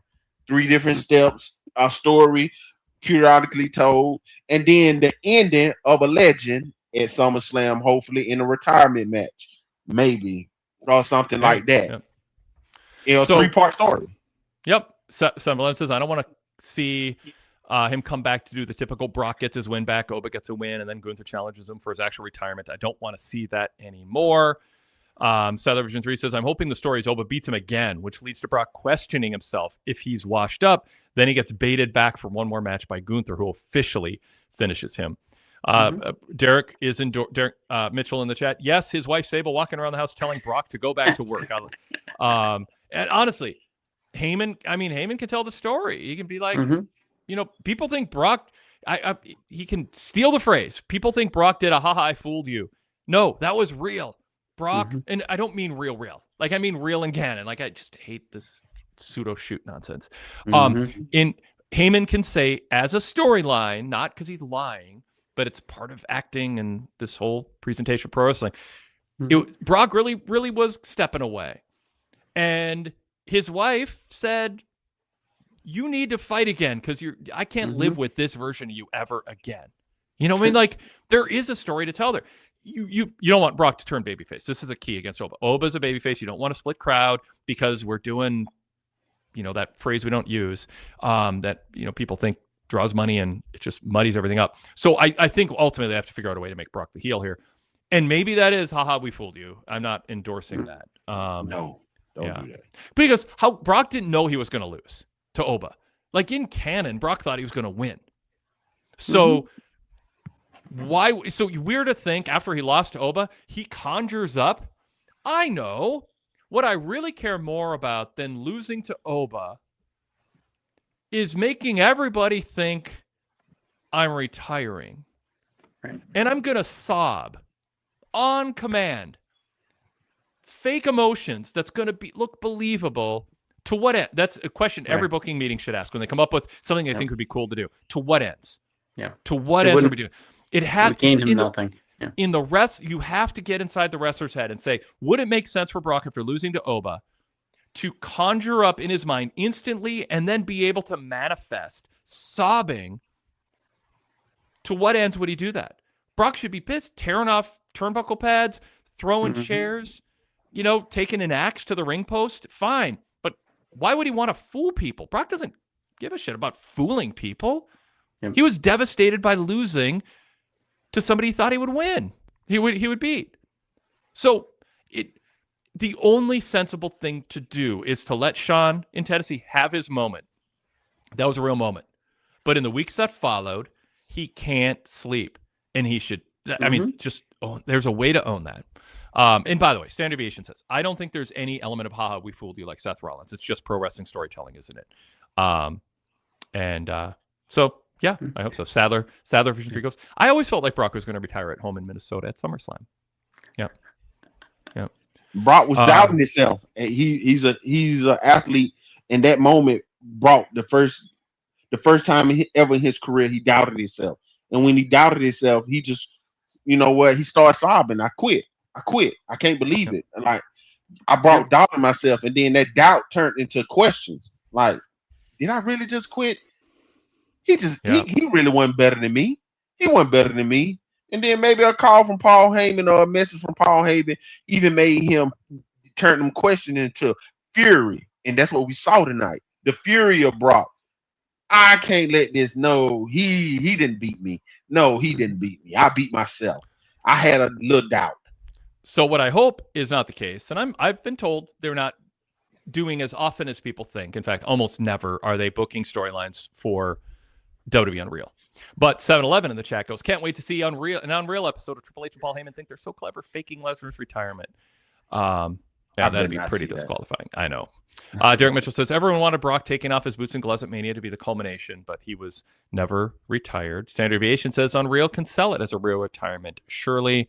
7-Eleven says, I was satisfied with Oba getting the rub and ending Lesnar instead of Gunther getting that honor instead.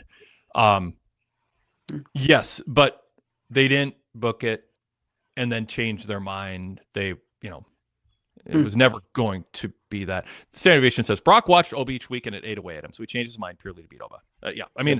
I'm not saying I'm confident that's where they're going, but I think it's the only thing that I can think of that makes sense. That doesn't make me angry. That doesn't make Darrell angry.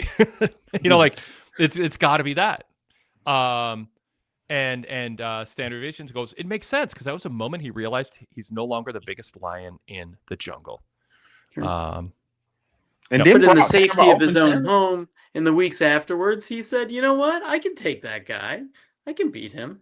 Yeah. I slipped on a banana peel. Happens. Now, Senelin says, I think Brock may have actually retired, but of course he was offered all the money that TKO made from the other wrestlers taking a pay cut. So, there's a possibility Brock did it with nobody knowing, and it was a ploy to get a big payday, and now he did, and it will make no storyline sense.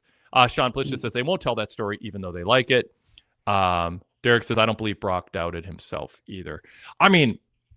Is there a possibility Brock just, like, it was a ploy he and Paul Heyman conjured up to say, I'm retiring, I can't do it anymore. But in reality, it was just a ploy to get TKO to triple his pay to come back. They're not going to do that. So that's the fighter story. That's the real life fighter story. That's what fighters do all the time in real life. But we're not gonna talk about business. My last thing I would say, because I'm gonna end it on this, Brock. Jason D's really resenting how much time you've taken. I know, that's why I got to hurry up to get off. Jason's like, I didn't mean he could take up a half hour. I just say this: didn't Brock have the open challenge going into WrestleMania, and Oba answered the open challenge? Brock could have took that offensive as well. So you're gonna start an open challenge. You're gonna beat me. Take what I did. Go out here, be dominating, trying to dominate people. So you really antagonizing me as well. That could be played part in it. You could tell that part of the story. And then unkayfabe, and I hope it's not part of the story. Just talking about business wise of the TKO. Going into Clash, they had no match that felt bigger, that will feel bigger, that will feel, if they tell the story right, will have emotions into it and will have the crowd into it, because the crowd is already behind Oba. They showed when they put the camera out there on the crowd, not even in the walkway for Oba to come out. They showed the crowd standing up, and when it went silent, cool. And the crowd stood up. That's the livest you've seen that crowd that whole night. And they stood up. It's like at a concert where the opening band's over. There's like 10, 15 minutes goes by, and then there's doo-doo.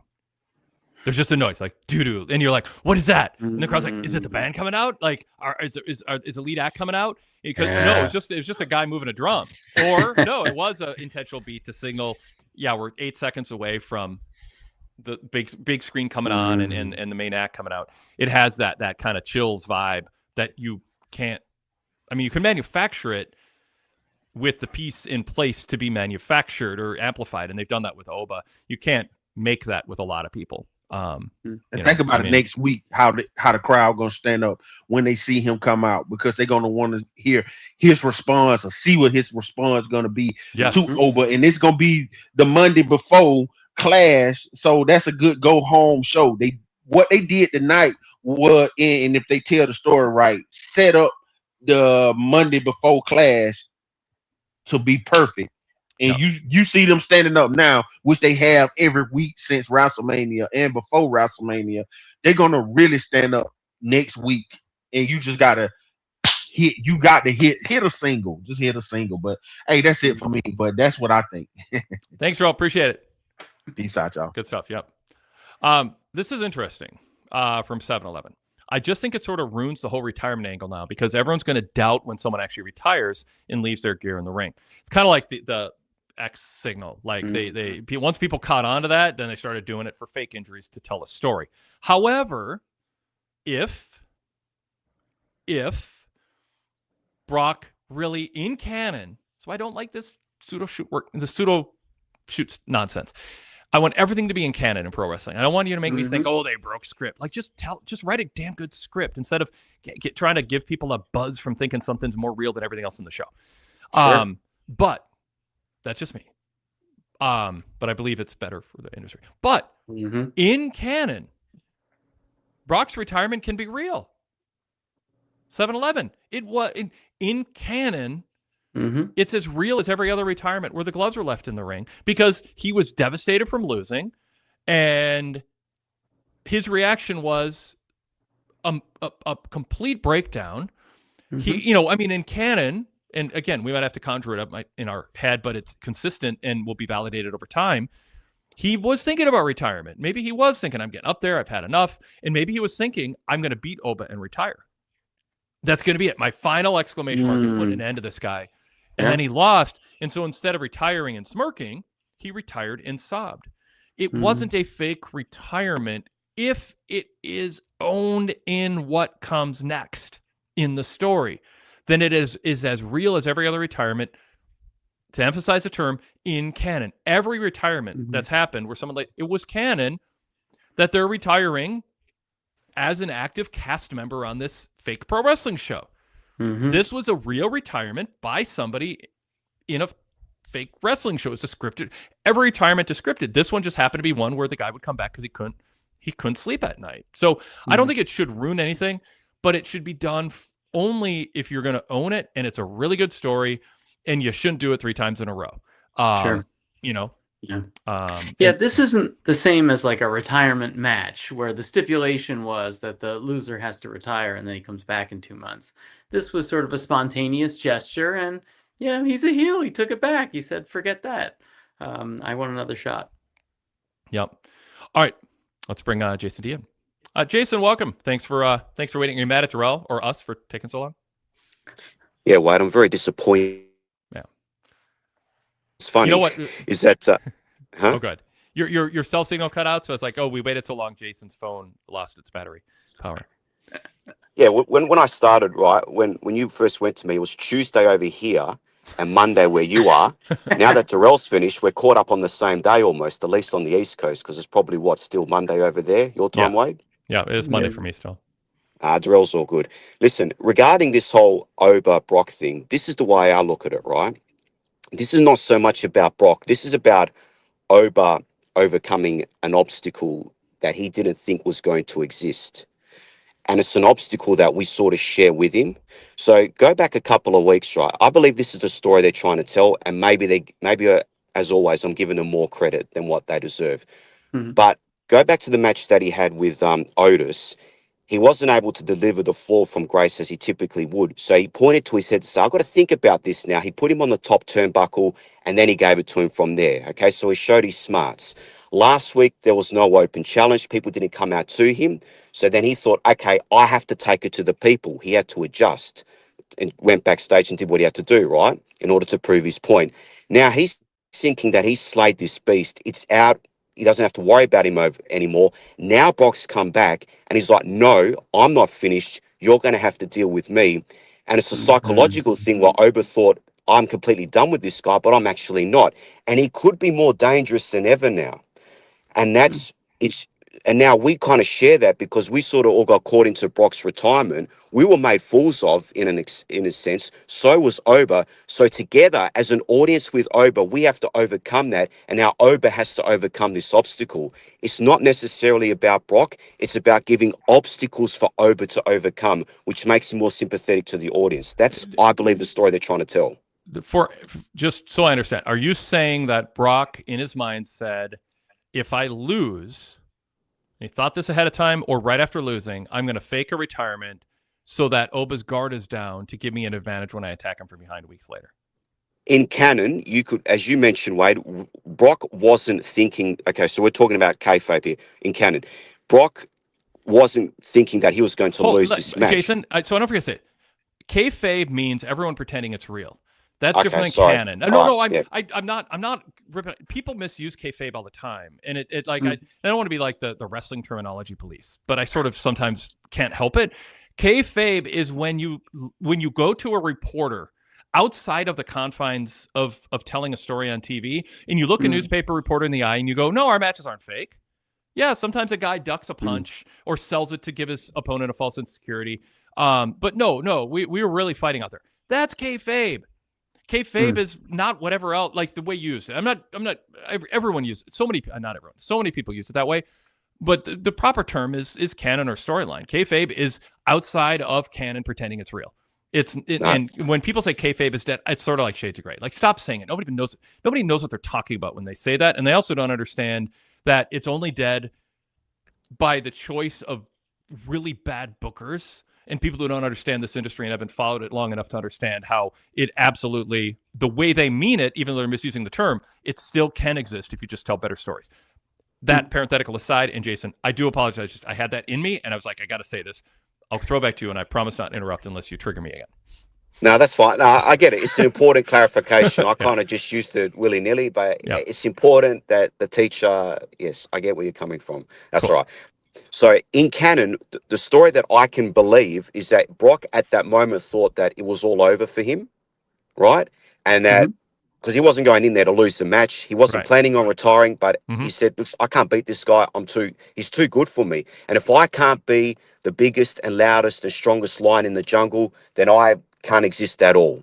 You know what I mean? Because that's what I banked myself on. But after going away and thinking about it, it ate him up inside, and he just couldn't let it go. And if you're going to retire me, you are going to have to force me to retire, which then that's where Gunther could possibly come in. You understand? But you kill two birds with one stone. You tell the story with Lesnar, but then it's also the story about Oba overcoming this obstacle that he did not anticipate was going to be there. And we as fans didn't anticipate either. So it makes us side with Oba even more. Why are we trying to kill birds with stones, by the way? Now, I knew you were going to bring that up. Two. I knew it. I knew you're gonna. First is kayfabe. You're disappointed with me with Punk and Roman. Now it's to kill the two birds. I was actually. What have you got against it now? What have you got against Australians, Wade? Why are you like this? I was admittedly searching for something to be triggered by, but I do find that phrase tiresome and outdated. But oh man, I can't catch a break. Anyway, but you see what I'm saying? Yeah, no, I do. Well, but what you're saying doesn't sound all that different than what we've been saying.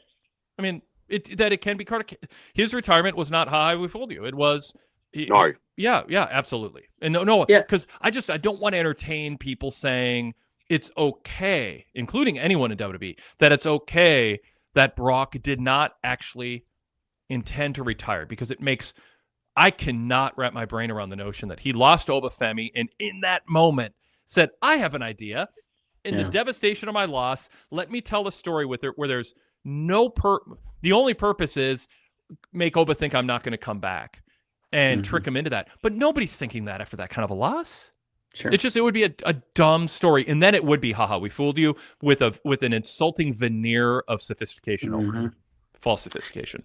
Yeah. Paul, So Paul, I your think thoughts, yeah. what Jason's what his perspective adds is that it brings us along the journey with Oba. We didn't know Brock was going to come back either. We weren't there when Brock decided, forget it, I'm returning. So Mm-hmm. so it kind of he's the protagonist, and we came along the journey with him, and I think it works in that way. Yeah. All right, Jason, back to you. All right, so I haven't given my thoughts on Jacob and Roman. Now, probably 90% of people would disagree with me about this, but I am enjoying the story they're telling here. And, look, as again, this might be me giving them more credit than what they deserve, or maybe being too, I don't know, lenient with my criticisms, but I always think they've got 52 weeks a year to tell stories, right? Mhm. And there's no season finale. There's no season finale where you can look and say, oh, that's what they were leading to, because things are always changing with injuries and all the rest of it, right? So the Roman and Jacob match, they had a backlash. The reason why Roman grabbed onto the turnbuckle and ripped it off and did what he had to do, he was in the ring against a madman, using a move that the family said you are to never use this move, only in a worst case scenario. Mhm. So Roman had to do what he had to do in order to survive this madman, which in my mind, I thought Jacob got over tremendously in that match, because I think they felt they went too far with sort of making him a bit more human, in the past few leading up to the match against Roman. Well, even going back over the past couple of months, right? It's like we lost that sort of madman type of vibe to him, which is very hard to keep in this day and age with social media and the internet and everything. This mysterious madman. I think they're trying to bring it back to that, while keeping sort of a human side while he's doing things. But in their mind, what he's doing is maybe going over the top. However, the interesting thing about Roman, and this is from a whole psychology point of view, he never has been a babyface ever since he's come back as a babyface. Right. After he lost to Cody, people were chanting for the OTC, but it's almost like they were chanting that we were so enthralled and intrigued with your character, which made us really like wrestling and look at it in a different way. You entertained us in a very good way with your character. We need you back, not because your character's done anything that's be considered as a babyface. And the other thing we've got to remember is that Solo did such a good job playing the imposter OTC that fans wanted the real one to come back and put Solo in his place. I still think Solo doesn't get enough credit for that. So Roman, what I like about it, Wade and Paul and everyone, Roman has stayed consistent to his character. He's not necessarily likable, but he's being consistent. And I kind of look for that more than whether I'm meant to cheer this person or boo them. Now, I actually think that's more important with your mid-card and upper mid-card and lower mid-card views, where you need people to sort of define themselves. But Roman has so much cachet with the audience and the character that he's played. He can get away with sort of being the type of person he is, as long as he's consistent. And I'm compelled by the feud he's having with Jacob, because I feel like it's getting Jacob over as this madman. I understand the reasons why he's doing it, and I'm just intrigued to see where this is going. So for me, you've got to create compelling characters, and I think they've done this with this one. That's why I'm enjoying it, and I'm allowing it to play out, because I have trust where they're going with this, as long as they stay consistent to their characters. You have a little more trust than I do, but I think it is wise and fair to say, let's work into our analysis in the moment that they might be they might be cognizant of some of the downsides or the murkiness, and it is by design. Like Fatu coming out when Roman goes, I'm going to call him to the ring, and Fatu's like, no, you're not. I'm calling you to the ring. That's a badass move. That's a babyface move. And he walked out, and it was like, there's no fear. I mean, they're creating the next Stone Cold Steve Austin with this guy. If you look just at that, and then he takes a chair shot, he's like, okay, think that hurts? Babyface badass. Those are storyline beats of building. Oh, he takes a 3-on-1 beating because what? There's nothing that he did that makes a 3-on-1 beatdown followed by go ahead, fire him, says Roman to Pierce. None of that makes sense if Roman's supposed to be a babyface. One of the key phrases you said, Jason, is Roman's character can get away with it. I'm not sure that's as much of an endorsement as you want it to be of what they're doing with Roman. Getting away with it is not, I mean, that's just sort of saying it's not as bad as people are saying, because it's at least he's consistent. If the goal is for Roman to be a babyface, and your argument is, but he's an arrogant, self-centered dick constantly while being a babyface, but at least it's consistent. I'm not sure that's the defense you think it is. You can value consistency. I value crowd reactions. Now, to that, somebody would go, but wait, OTC chance. And that's where I come in with the point I'm making a lot now, which is I don't think crowds are emotionally invested in what's happening. I don't think I don't think the buy-in is high. I think people, and again, what were the numbers? A year ago for SmackDown, they drew, I have it at the top of my report. Thank you to WrestleTix for all this. A year ago on May 16th, 2025 for SmackDown, they drew 11,883. Tonight, 93,38. Attendance down again. Now, it can be ticket price, it can be a lot of factors. I'm not saying for sure, but there's a pattern of a drop in attendance. I think the emotional buy-in is not where it should be, and the people attending are people who are happy to pay top dollar because what they're eager to do is to sing the lyrics to the song of the band that they like. They're not rooting for an outcome. They're not invested. They're not being pulled in emotionally for that peak fan experience. Ding, ding, ding. They are there to sing along the lyrics to their favorite band. And that's what OTC chants are. And you can see it with Seth. We're going to sing a song. Music stops. Boo, we don't like you. We see it all over the place with these murky characters. And murky is my new word for the other phrase that I don't like using because it just lost its meaning. These murky characters are getting validated in the minds of people evaluating it behind the scenes. It's validation for them when the fans are simply singing to the lyrics, but they're not feeling the emotions of the story beats being told. And that is being, I think it's being amplified by murkiness, by trying to be more clever than pro wrestling ought to be when it comes to storytelling, if we're even, and that's the most generous framing of it. Paul, do you want to jump in on that? So, yeah. I did want to agree with Jason that this has been compelling television. And I think fans can embrace a deeply flawed character. I mean, we watched The Sopranos for years. And Tony was an awful human being, but there was some. Wait, spoiler alert! I haven't watched it yet. No, I'm kidding. He was awful. Well, wait a minute. In fairness to Tony, he did like ducks, so that's a good thing. He didn't try to kill two of them with one stone. No, and he also didn't like too much pulp in his orange juice, and I can relate to that. I'm not 8. I'm fine with pulp, but I also learned orange juice. Some pulp, yes, not full pulp, not extra. With a pulp thing. By the way, it's so total sidetrack. You're at the grocery store. There's no pulp because they're filtering it all out. There's normal pulp, and then there's the extra pulp, and that's the pulp that's in the strainer from the no pulp stuff, and they just dump it into the extra pulp. Let everybody have whatever. This sounds like Seinfeld though, but let people have the pulp they want. Exactly. Yeah, sorry, Paul. Also want to echo with you, Jason, that Fatu is really getting over, and he was not doing great before WrestleMania. He seemed just tame and just ordinary, and he's got it back. So there's a lot of good that's coming out of this storyline, and I do love how you are optimistic and you see the best in the WWE writers. I admire that. Well, I try to, because, like I said, they've got 52 weeks of programming to fill. And I reckon if you were to ask Triple H, he would absolutely hate Saturday night's main event, because now you've pretty much got 16 big events you have to build to with the PLEs. I just think that is such a... God, if he would be so happy to get rid of Saturday night's main event, right? Because it's just extra matches that you could build to the pay-per-views or the PLEs. Yeah. But my point... I feel it's almost like Roman is he's not just the tribal chief of the family, he's the tribal chief of the WWE, and fans are just going along with it because they're happy with this character, because this character made them feel not ashamed to be a wrestling fan, and I feel intrigued by it.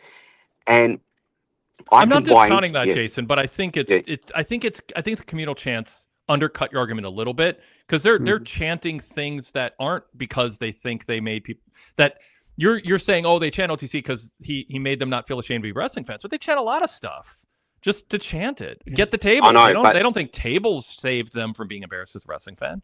It's a different psychology, though. I agree. Chanting tables is annoying to me. Chanting "This is awesome" is annoying. Going along with Seth Rollins' theme song when he's a heel is annoying. I get that, and I agree with you there. This is different, though. This is why, and you said to me you were disappointed in me with the Punk Roman thing, that my analogy was that, no, because I said that they made me believe they hated one another, which is what I always thought the whole point behind wrestling was. Like, it's You funny, said the really miscut- hated each other. Yes, well, it would. Okay, well, I know they don't really. That's the only word that's the only word that got to me. Is you made it seem Really? like it was important. Yeah, you made it seem like. Okay, no, you said a lot of words that annoyed me last Friday. No, I apologize if I overreacted to you, by the way. That's okay. But I'm Australian, mate. We let stuff slide, mate. Everything's all good. Hey, you've got the cachet being PWTorch. I've been a member for so long, so it's going to take a lot. But it's constantly I see people saying it's all good, and it's proven that it never means it's all good. It's just constantly in life I see it. I think I saw one exception in the last 7 years where I think someone was sincerely meant, no problem at all. I'm cool with you, and I'm over it. It almost never means that. But now I'm losing track of the other trailing off in a sidebar. You made it sound to me that you thought the storyline was better between Roman and Punk, or the build was better. You liked it better because you thought they really liked each other. And I hate it. That they really, I'm sorry. Yes, of course. Yeah. That they really, of course, that they really hated each other. And I don't need to think Sami Zayn really needs to be world champion. If his acting and the story's believable, pull me in. And I don't want one segment to feel more real in a way that then it's my problem with the whole pipe bomb promo thing. It makes everything else seem fake. One guy Punk gets to say real stuff. The whole locker room's like, well, if I said real stuff, I'd get over more. Not like Punk. He's great at that. But like, and he got to do that for a reason, because he is so great. And I'm acknowledging that. But it did it's hard to come back from that. It's hard to come back. I don't think so. Sorry, Wade, but the Punk pom pom thing I think is different to what Roman and Punk were doing. And I agree with what you're saying. The Punk thing, yeah, I get that. Yeah. But with Punk and Roman, again, I feel like they could only get away with it due to the cachet they have with the audience. Like they had to draw me in somehow. And what I mean by really, when they say they hate one another, it's not just that. It's the fact that I went into that match thinking to myself, I'm not only intrigued about the outcome, but I'm intrigued about what happens to both men after this match, because I couldn't imagine either one of them losing. And that to me is what I want to get as a fan. I want to imagine that whoever loses this match, what is going to happen to this person? Sort of the same way with Rock and Cena in the first WrestleMania. And from memory, I believe that drew the biggest pay-per-view that they had in a long time when it was still pay-per-views, because they went to places that only those two could go, and they wouldn't damage one another because, like I said, they've kind of got FU status with the crowd. You can't be afraid for people to pick on your weak points verbally, just like you can't be afraid for wrestlers to pick on your weak points physically. Like, it's the same psychology. You have to be able to come back from that.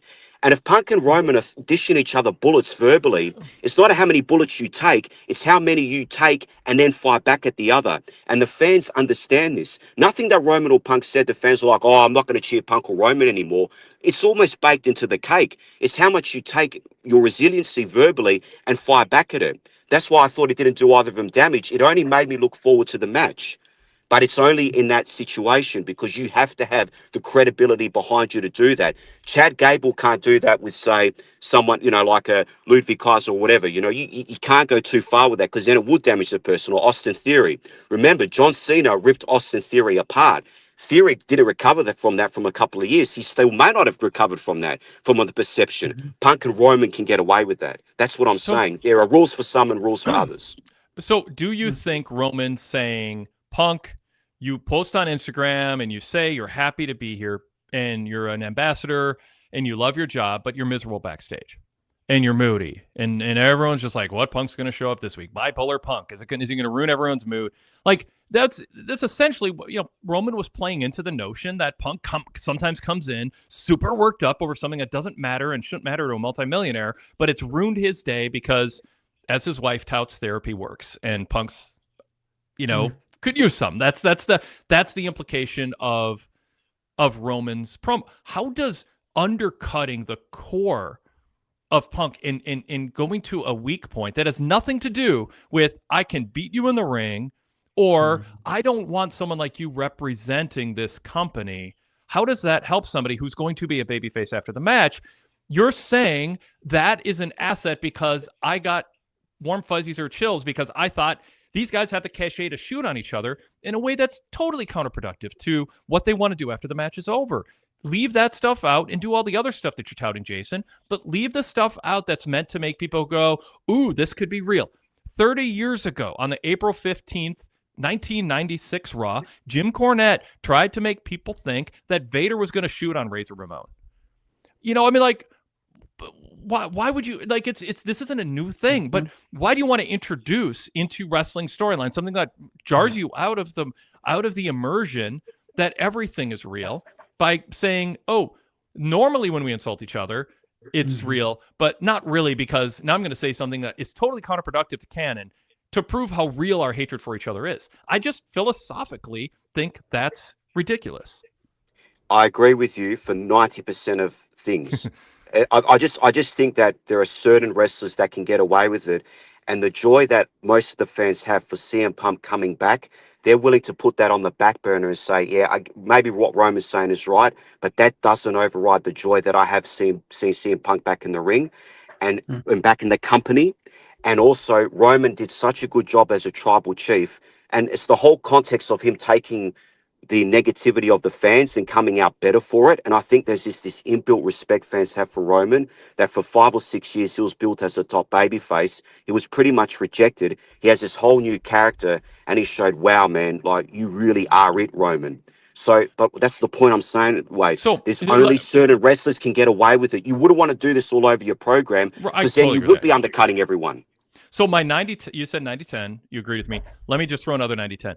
90% of Punk and Roman going at each other as two baby faces, I am okay with if it isn't a constant and it isn't the result of not doing your job by building up heels, or it's not the constant of breaking down the culture, the presentation of wrestling, where you have fans buying into baby faces and heels, and when you aren't doing a face-face matchup where they shoot on each other because it's a Hail Mary desperation swing to get people interested in a show because you have murkied up the whole notion that there's good and bad in the world and that cheating is wrong because we're here to try to see who the best wrestler is. And you spend years and years, if not decades, undercutting the notion that there is good in the world and there is bad in the world. And pro wrestling personifies it in a way that people can go and cheer for the good and boo the bad. They've lost touch with what their audience likes and doesn't like in a person or in a hero.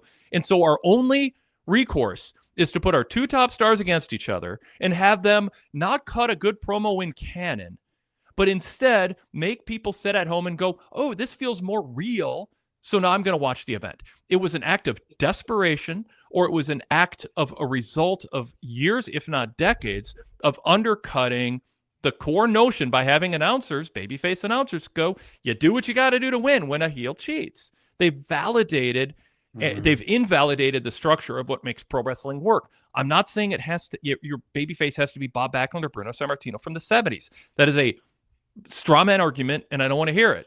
You can have a babyface that fans like that doesn't look like a 1978 babyface, but you should be in touch enough with your audience to know who they want to cheer and who they want to boo, so that when WrestleMania comes around, you actually have a face heel matchup that makes sense. You have a deep enough roster to tell that story.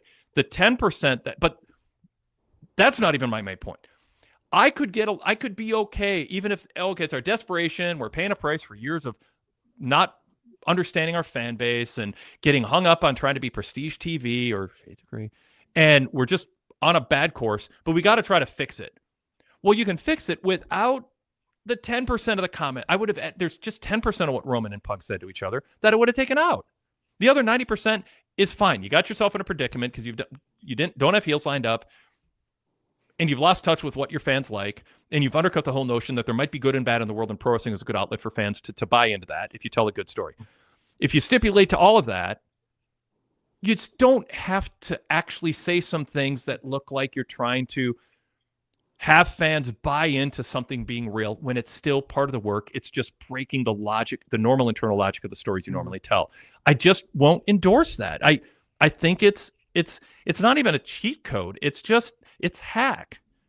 You should live with the consequences of losing touch with your audience and losing touch with what a peak fan experience entails. You should have to pay the price for that the hard way instead of the shoot. Instead of the pseudo shoot, where it's still fake. You're just tricking fans in a new modern way into thinking something's real. That's not. Are they getting under their skin legit? Sure. Are they going to really fight each other when the bell rings? No, they're not. That's not going to happen, and no one thinks it's going to happen. So what's the point of it? All right, there's my rant.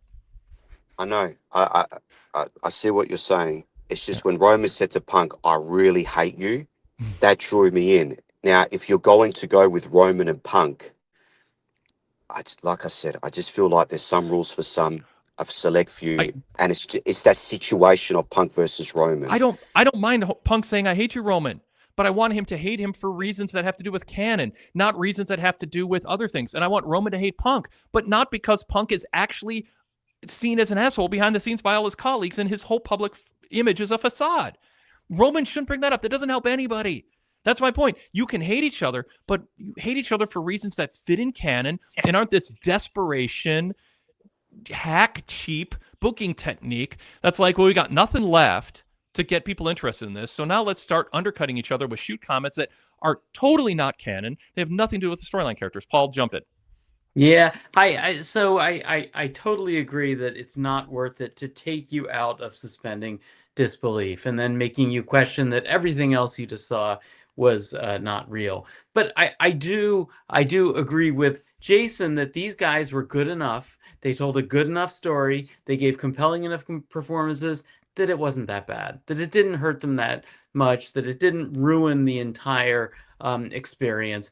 I agree with you, Wade. Would it have been better if they would have taken it out? Yeah, I agree. Yeah, I want to be clear. Like, I'm not saying it ruined the experience, and that is a threshold that I'm not arguing. I've never said it in the end it ruined the experience.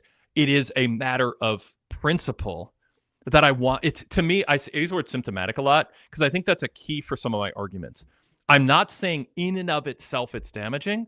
I'm saying that it's a manifestation or a symptom of a mindset behind the scenes that permeates the product year after year, that puts them in a position where they feel like Roman's now got to seem like he's shooting on Punk for real. So my issue is more, this is a high profile symptomatic moment that shows a manifestation of a broken philosophy or an ill-advised or hack philosophy behind the scenes that I'm trying to jar people out of thinking is just the way it has to be. So I'm not, when I vociferously argue against something being said in a promo, don't strawman argument me and go, well, it's not ruining it for me, and it didn't ruin it for the fans, and they still sold a lot of tickets. I never said it was going to not draw and people won't care. My argument is it's that including that is a manifestation of a problem behind the scenes. It's symptomatic of a problem that I think if they take it away, everything becomes easier. Everything becomes easier to tell stories and draw money. That's my point with it. And that's why I get worked up about it, because I don't want people to cheerlead a hack booking move that wouldn't be necessary if they did their job better and changed their mindset in a way that shows more frankly, more knowledge of history and more respect for what the art form should be and can be, without this inferiority complex that nobody's going to care unless we make people think one thing on the card is real. I'm all for it, but the fact that like they seem to really hate each other, tell me that in canon all day long and get me worked up. Just leave that 10% out. No, fair enough. I mean, I feel like you're arguing against something that I wasn't really for. Like, I'm more with you in that. Like, I think, yeah. I think, I know what you're saying. I just, Jason, your comment was symptomatic of a manifestation. No, I'm kidding. Go. I mean, I remember Cole saying when Cena beat Cody last year, right, after the whole interference in the main event of WrestleMania, he said, look, say what you want about John Cena, but he's equaled 17. And that annoyed me because now you're justifying this heel move. And that's what you're saying. Now I'm agreeing with you there. So, you know what I mean? Like, I get what you're saying with that, the justification of breaking rules. And then because that just undercuts whatever heel heat you're trying to get for people. So that's what I agree with. But in any event, the whole point is that I was trying to say, getting back to Jacob and Roman, and I think it's the point that you're trying to make, Wade, although I'm probably more lenient with it. Just give them time to play it out and see where they're going. And as you said, Paul, I feel like Jacob is in a much stronger position now than what he was heading into with Drew McIntyre. He's an intriguing character. I don't know what he's going to do next. And I'm intrigued by what he's going to do next. And I'm also intrigued to see what Roman and the Usos are going to do to try and keep this madman at bay and not interrupt what they feel is the right way to do things, even though it's coming across a bit heelish. It might be a bit murky now. Allow it to play out. If Jacob comes out a stronger character, which I think he will, and maybe we get some more definition with Roman as a babyface or a heel. Again, like I said for Roman, he hasn't been a babyface all this time. At least they've been consistent. People chant him because he's got that cachet behind him. Now, you might think that that's wrong. There shouldn't be that way out of principle, but it is what it is in that sense for Roman. And he's the only character that can get away with it. Because like I said, it's almost like he's not the tribal chief of the family. He's the tribal chief of WWE. He's almost on an island to himself. And I'm interested to see how this madman fights on this island by himself with Roman and the Usos. So they're keeping me entertained. But like I said, I don't get as easily as frustrated as other fans. WWE throws something at me and I try and make it work. So I'm entertained and I feel like I'm not wasting my time watching it. And if I can't do that, then they're really bad. No, that's fair. It's self-aware and helpful for people to understand that's your framing of things. Do you think, because I've begun kind of saying things can be compelling, but counterproductive to compelling people to buy tickets. So you can be compelled by something, sort of this ephemeral, compelled in the moment, sugar rush. I talked about Tony Khan for a while. He was doing sugar rush booking. But it can be counterproductive to compelling people to buy tickets. And I think wrestling, and again, this is me taking something that's happening and using it to rant about something that I think is deeper into the core of the fabric of how wrestling storylines are created. But I don't want wrestlers to be cutting promos based on hoping for social media reaction. I want them to be thinking about the long-term ramifications of a story arc that'll draw money and get the right crowd response. Same thing with writers and bookers. I don't want us to be complicit in rewarding a segment being made or a Brock fake retirement being done because it'll be compelling and it'll get Instagram views.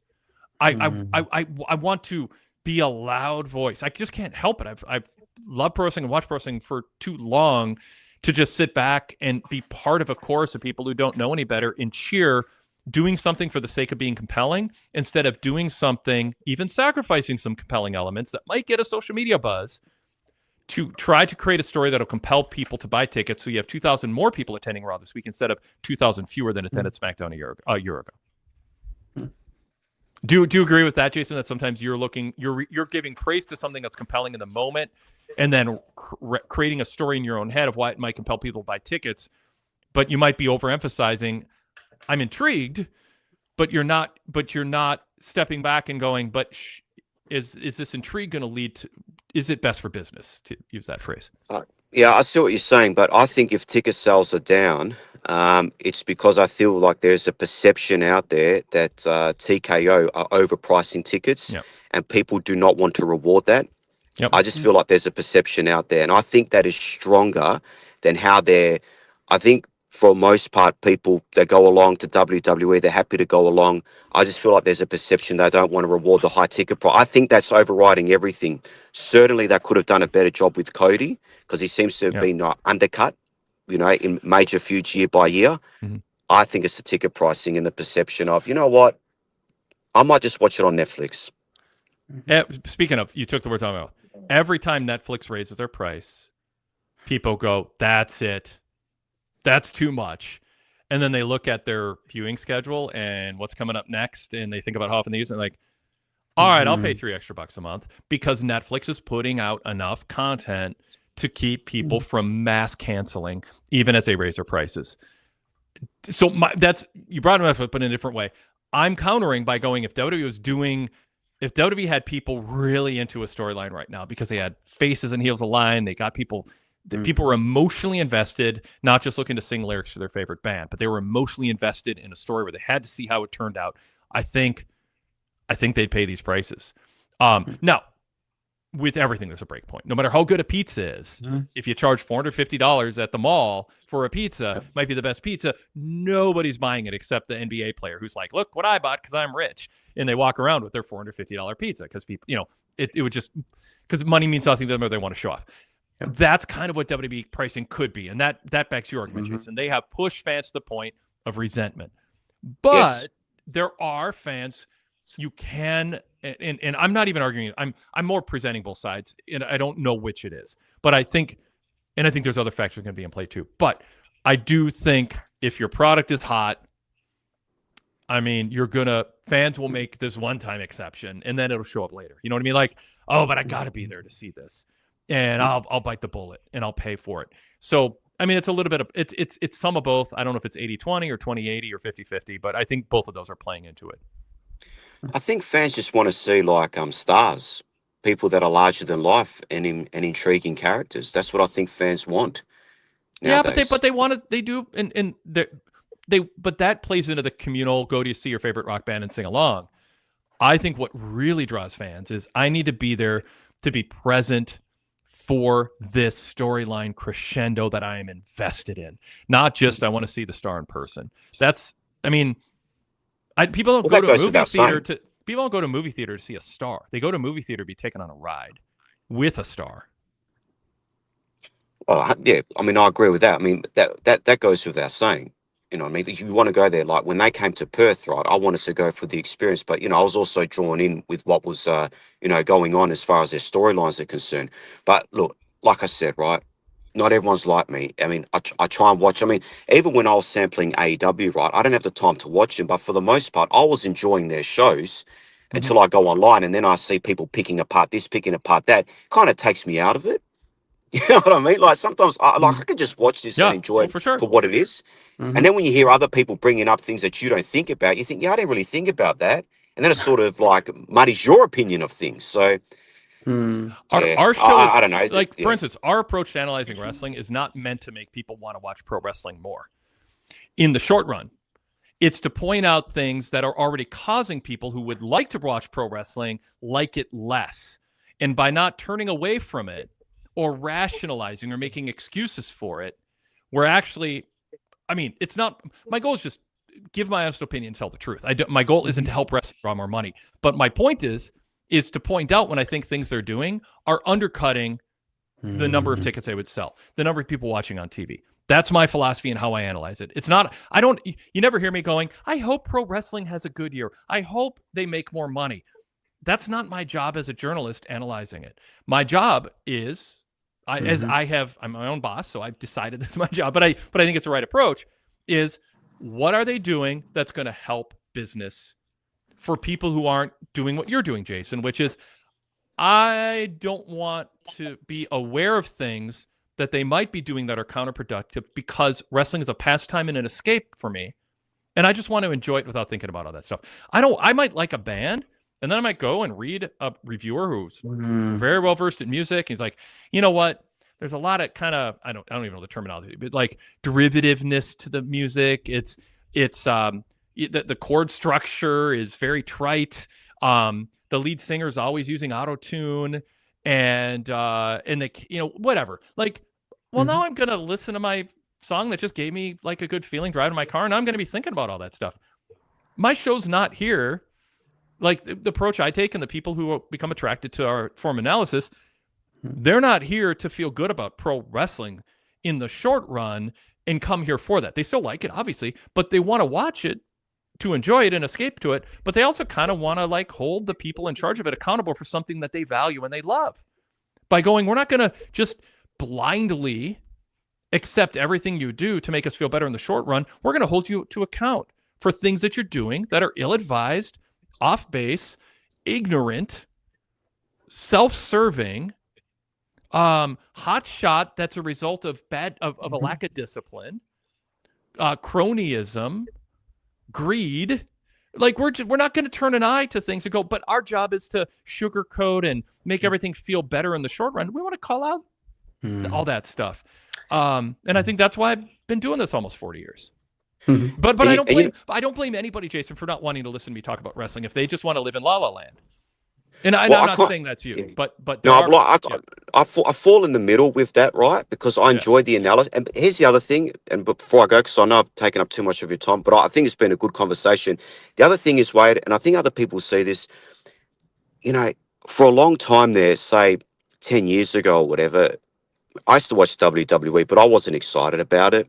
They were constantly pushing Roman as the top baby. Like, how many times, Wade, did you do the talkback shows and the number one topic was it's not working with Roman as a babyface? Mhm. And it's like the whole show was dragged down by that. And because I've got that sort of background where I was just kind of watching it, I was kind of like, I feel like they're not fighting against the audience as much as what they have been before. You know what I mean? And that's why I'm kind of a bit more positive about it, because I've got something to compare it with. Because I've been a fan for over 30 years. And now it's kind of like, I feel like if someone gets over, then they're going to reward them for that. And they're going to find a way to run with that. And if things aren't happening, then they're going to adjust. There's more like a flexibility. It doesn't mean that they're perfect, but I feel like they've got that behind. I feel like it's a bit better in that way. And that's the way. That's why I'm a bit more lenient, or not as critical as maybe I was before. Yeah. There's not that constant drain of starting every show saying, "What the hell are they doing with this top guy?" when no one's reacting in the way they should. Go ahead, Paul. Yeah, so I just want to point out that we do tune in to share our frustrations and our grievances with when things go wrong, and of course we also we get together to share our joy when things really go well, when they're doing things right. And I think that's one of the things that I love that in particular that you always bring to the show, Jason, is helping us celebrate some of the wins. And there's plenty of wins. I just don't want to enable or encourage Jason celebrating, and I'm going to bring this back, oversalted, or what used to be oversalted and cold French fries, we're going to praise because they're no longer cold. They're just oversalted. Like, we can talk about the oversalting and talk about how at least they're not cold.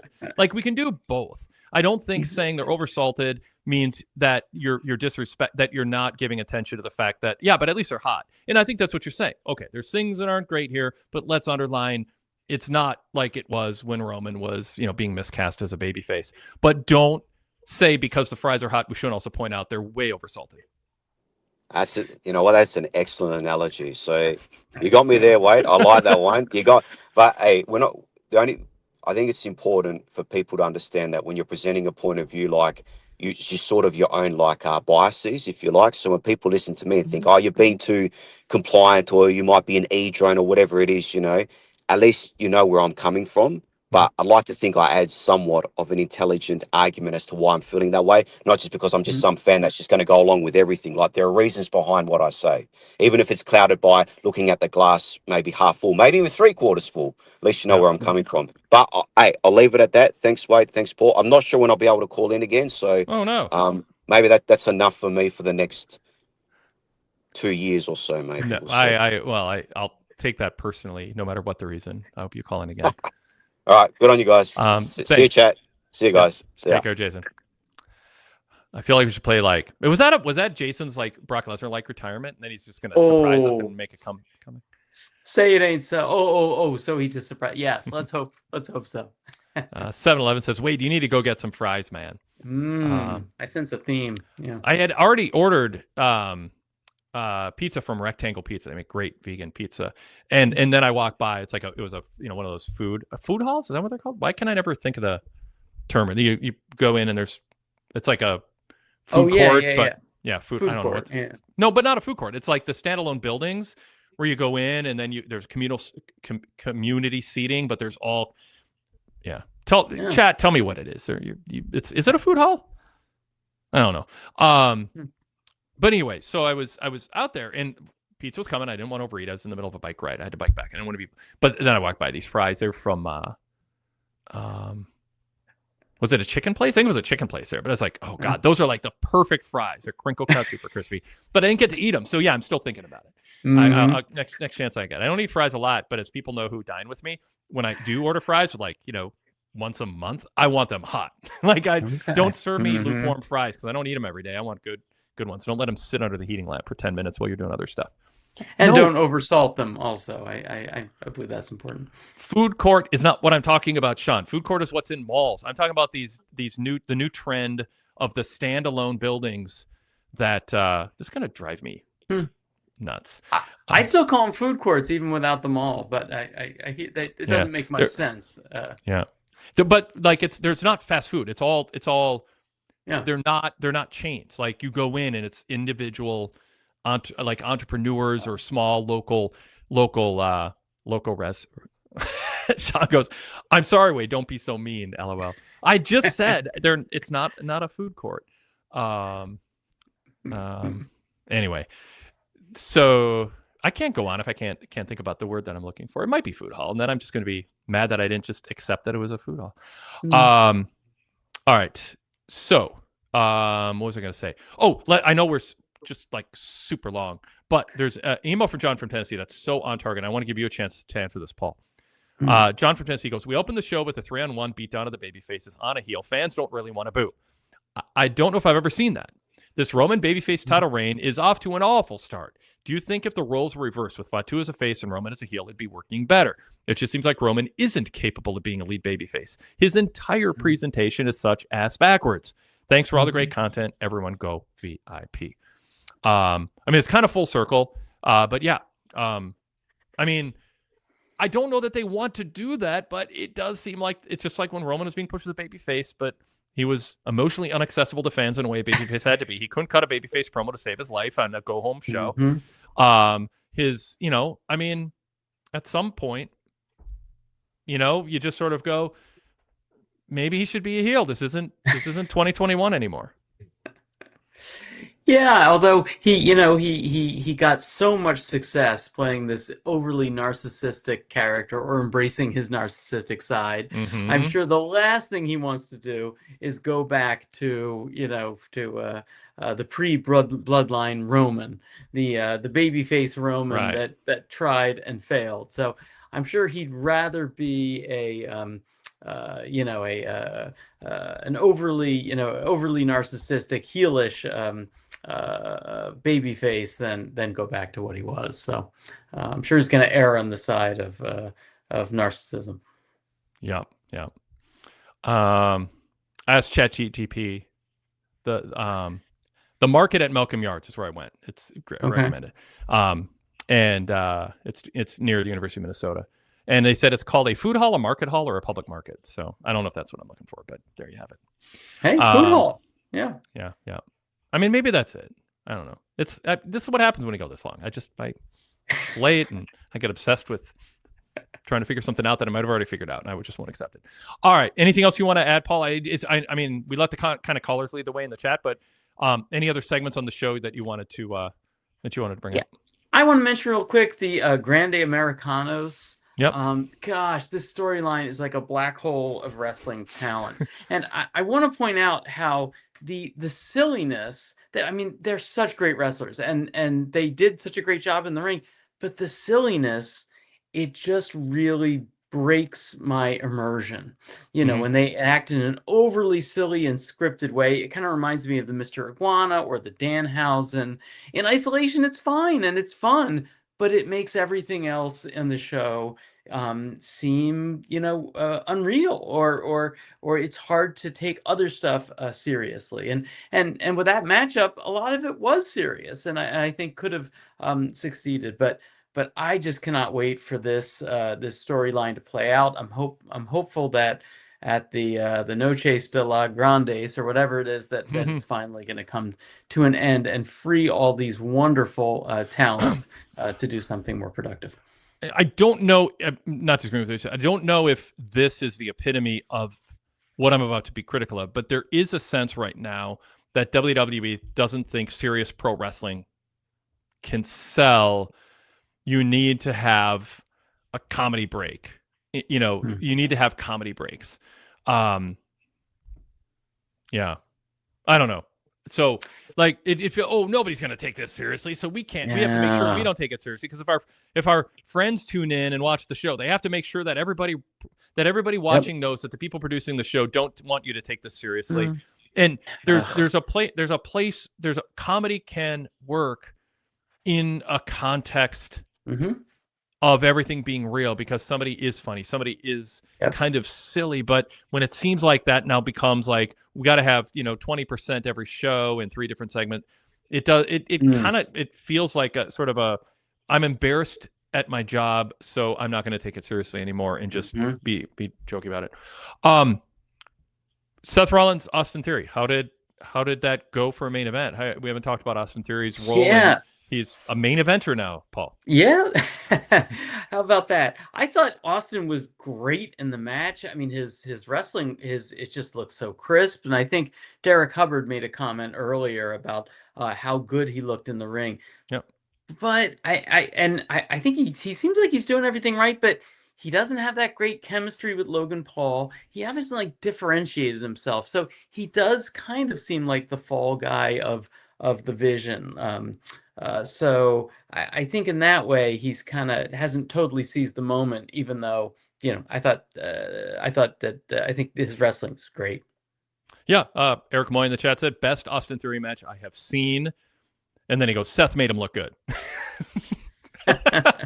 Hey, however you get there, if you're part of being carried to a performance that makes you look really better than you'd have in the past, so be it. I think Austin Theory did his part in there. I thought that's the best he's looked in this role, and really before that for a while. I mean, this came up like he didn't look like he was pretending to be serious because, oh my gosh, I have to be a serious, right? He looked like he was like fighting out. I'm intrigued with the fact that they are like dressed similar and they're drawing attention to it. Like, I feel like that's planting seeds for something later. I don't know what that is. Michael Cole's like, you haven't wrestled in 3 years, but this is a different Austin Theory. And it is. The build of Austin Theory is a strip everything down, take your time, rebuild, see if he can pull it off. Don't over invest in him. Don't actually push him as a world title contender, but also don't treat him like JD McDonough. Like he's not just the joke. He in the announcing clearly frames him as somebody who's better than he used to be because he changed his attitude. He changed his approach. He's more mature. But you got to back it up on the mic. You got to back it up in the ring. And this was a step in the right direction tonight. I mean, people could be looking at this match and they went 13 minutes and just be like, God, Austin Theory couldn't even be carried to a good match by Seth. This guy is flaming out. That wasn't it. I thought the finish is what you would expect it to be. He's not going to get a win. He's not, but I thought it was a good. And by the way, I actually think he and Logan Paul have decent chemistry too. Yeah, that's good to hear. But some might say that's because Logan Paul is shifting to being more goofy in a way that maybe is counterproductive. I don't necessarily agree with that. I just think they've seen where Logan Paul is. He's not going to be serious. They want him.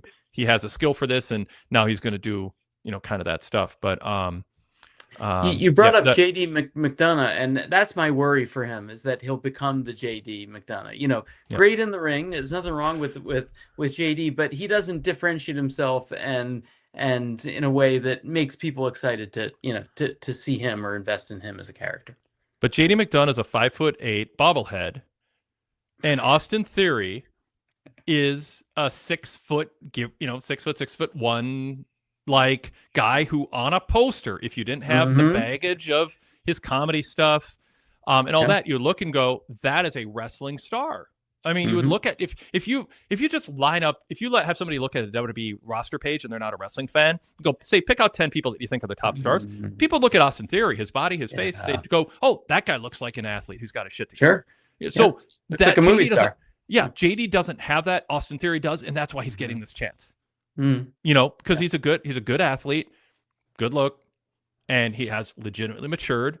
And there's people who want to give him a chance to be more than he was defined down as, because of a low IQ, self-centered main event star in John Cena, thinking this is a reality show where I'm gonna just undress him on the air. I'm going to emasculate him.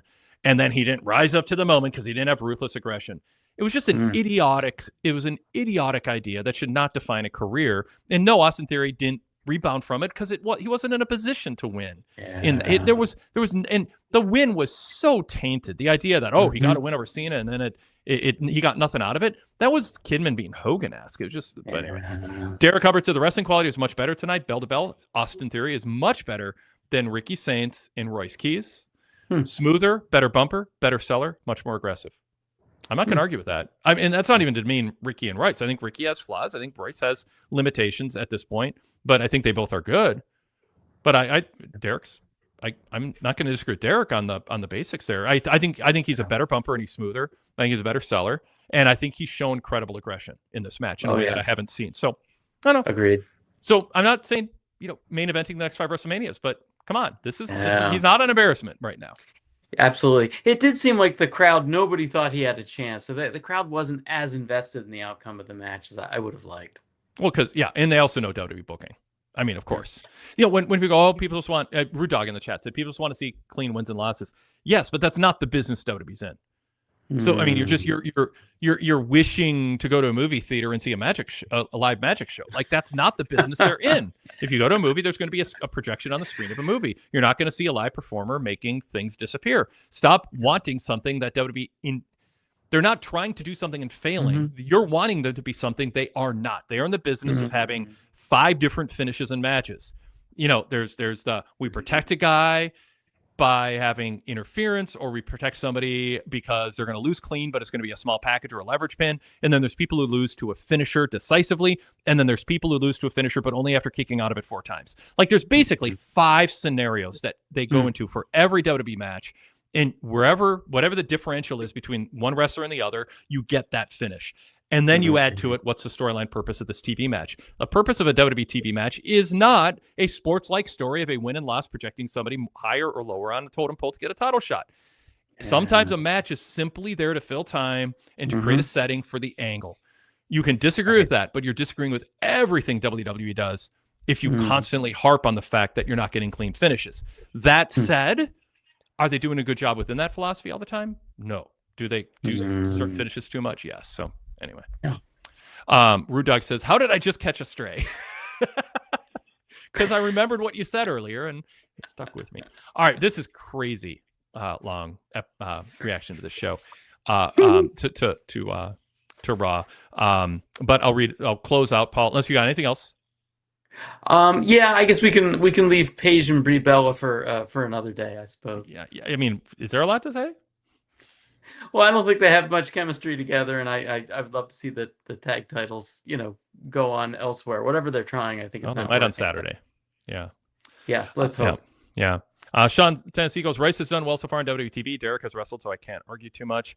JC Scooby says, Seth Rollins needs to go away for a long time and reinvent himself without singing songs because he's boring and as can be and brings nothing to the table anymore and lose the ridiculous wardrobe. Derek Mitchell says, Austin Theory's been with the Vision since December. He still needs time, similar to Drew McIntyre. When he was with 3MB, was released, rebuilt himself. Maybe that is Theory's future. Standard Deviation said, one advantage to non-finishes is it's an additional possibility for the viewer to speculate about. Again, it's all about proportionality and not having it just be a cop-out. That's why I always argue. There's a difference between a cop-out finish where they booked a match and they don't want to do a finish and a non-clean finish that serves a purpose given their booking philosophy and the structure of how they book. As far as Austin Theory goes, Sean says he was blind for a while, but I think there's something there. Oh, Seth is. He was blind for a while, but I think there's something there. The song is annoying, though, and the chants. All right. We'll end there. PWTorch.com/GoVIP. Be a VIP member. Thank you, Paul, so much. Great having you on. Fun conversation. Thanks for having me, Wade. And everyone go enjoy your French fries for lunch if you're listening to us in the morning. It's already morning, so of course you're listening to us in the morning. PWTorch.com/GoVIP. Support us. Get a lot in return. Get full details there. We'll talk to you on the flagship tomorrow. Wade Keller podcast@gmail.com to contribute to that show. Thanks, everybody.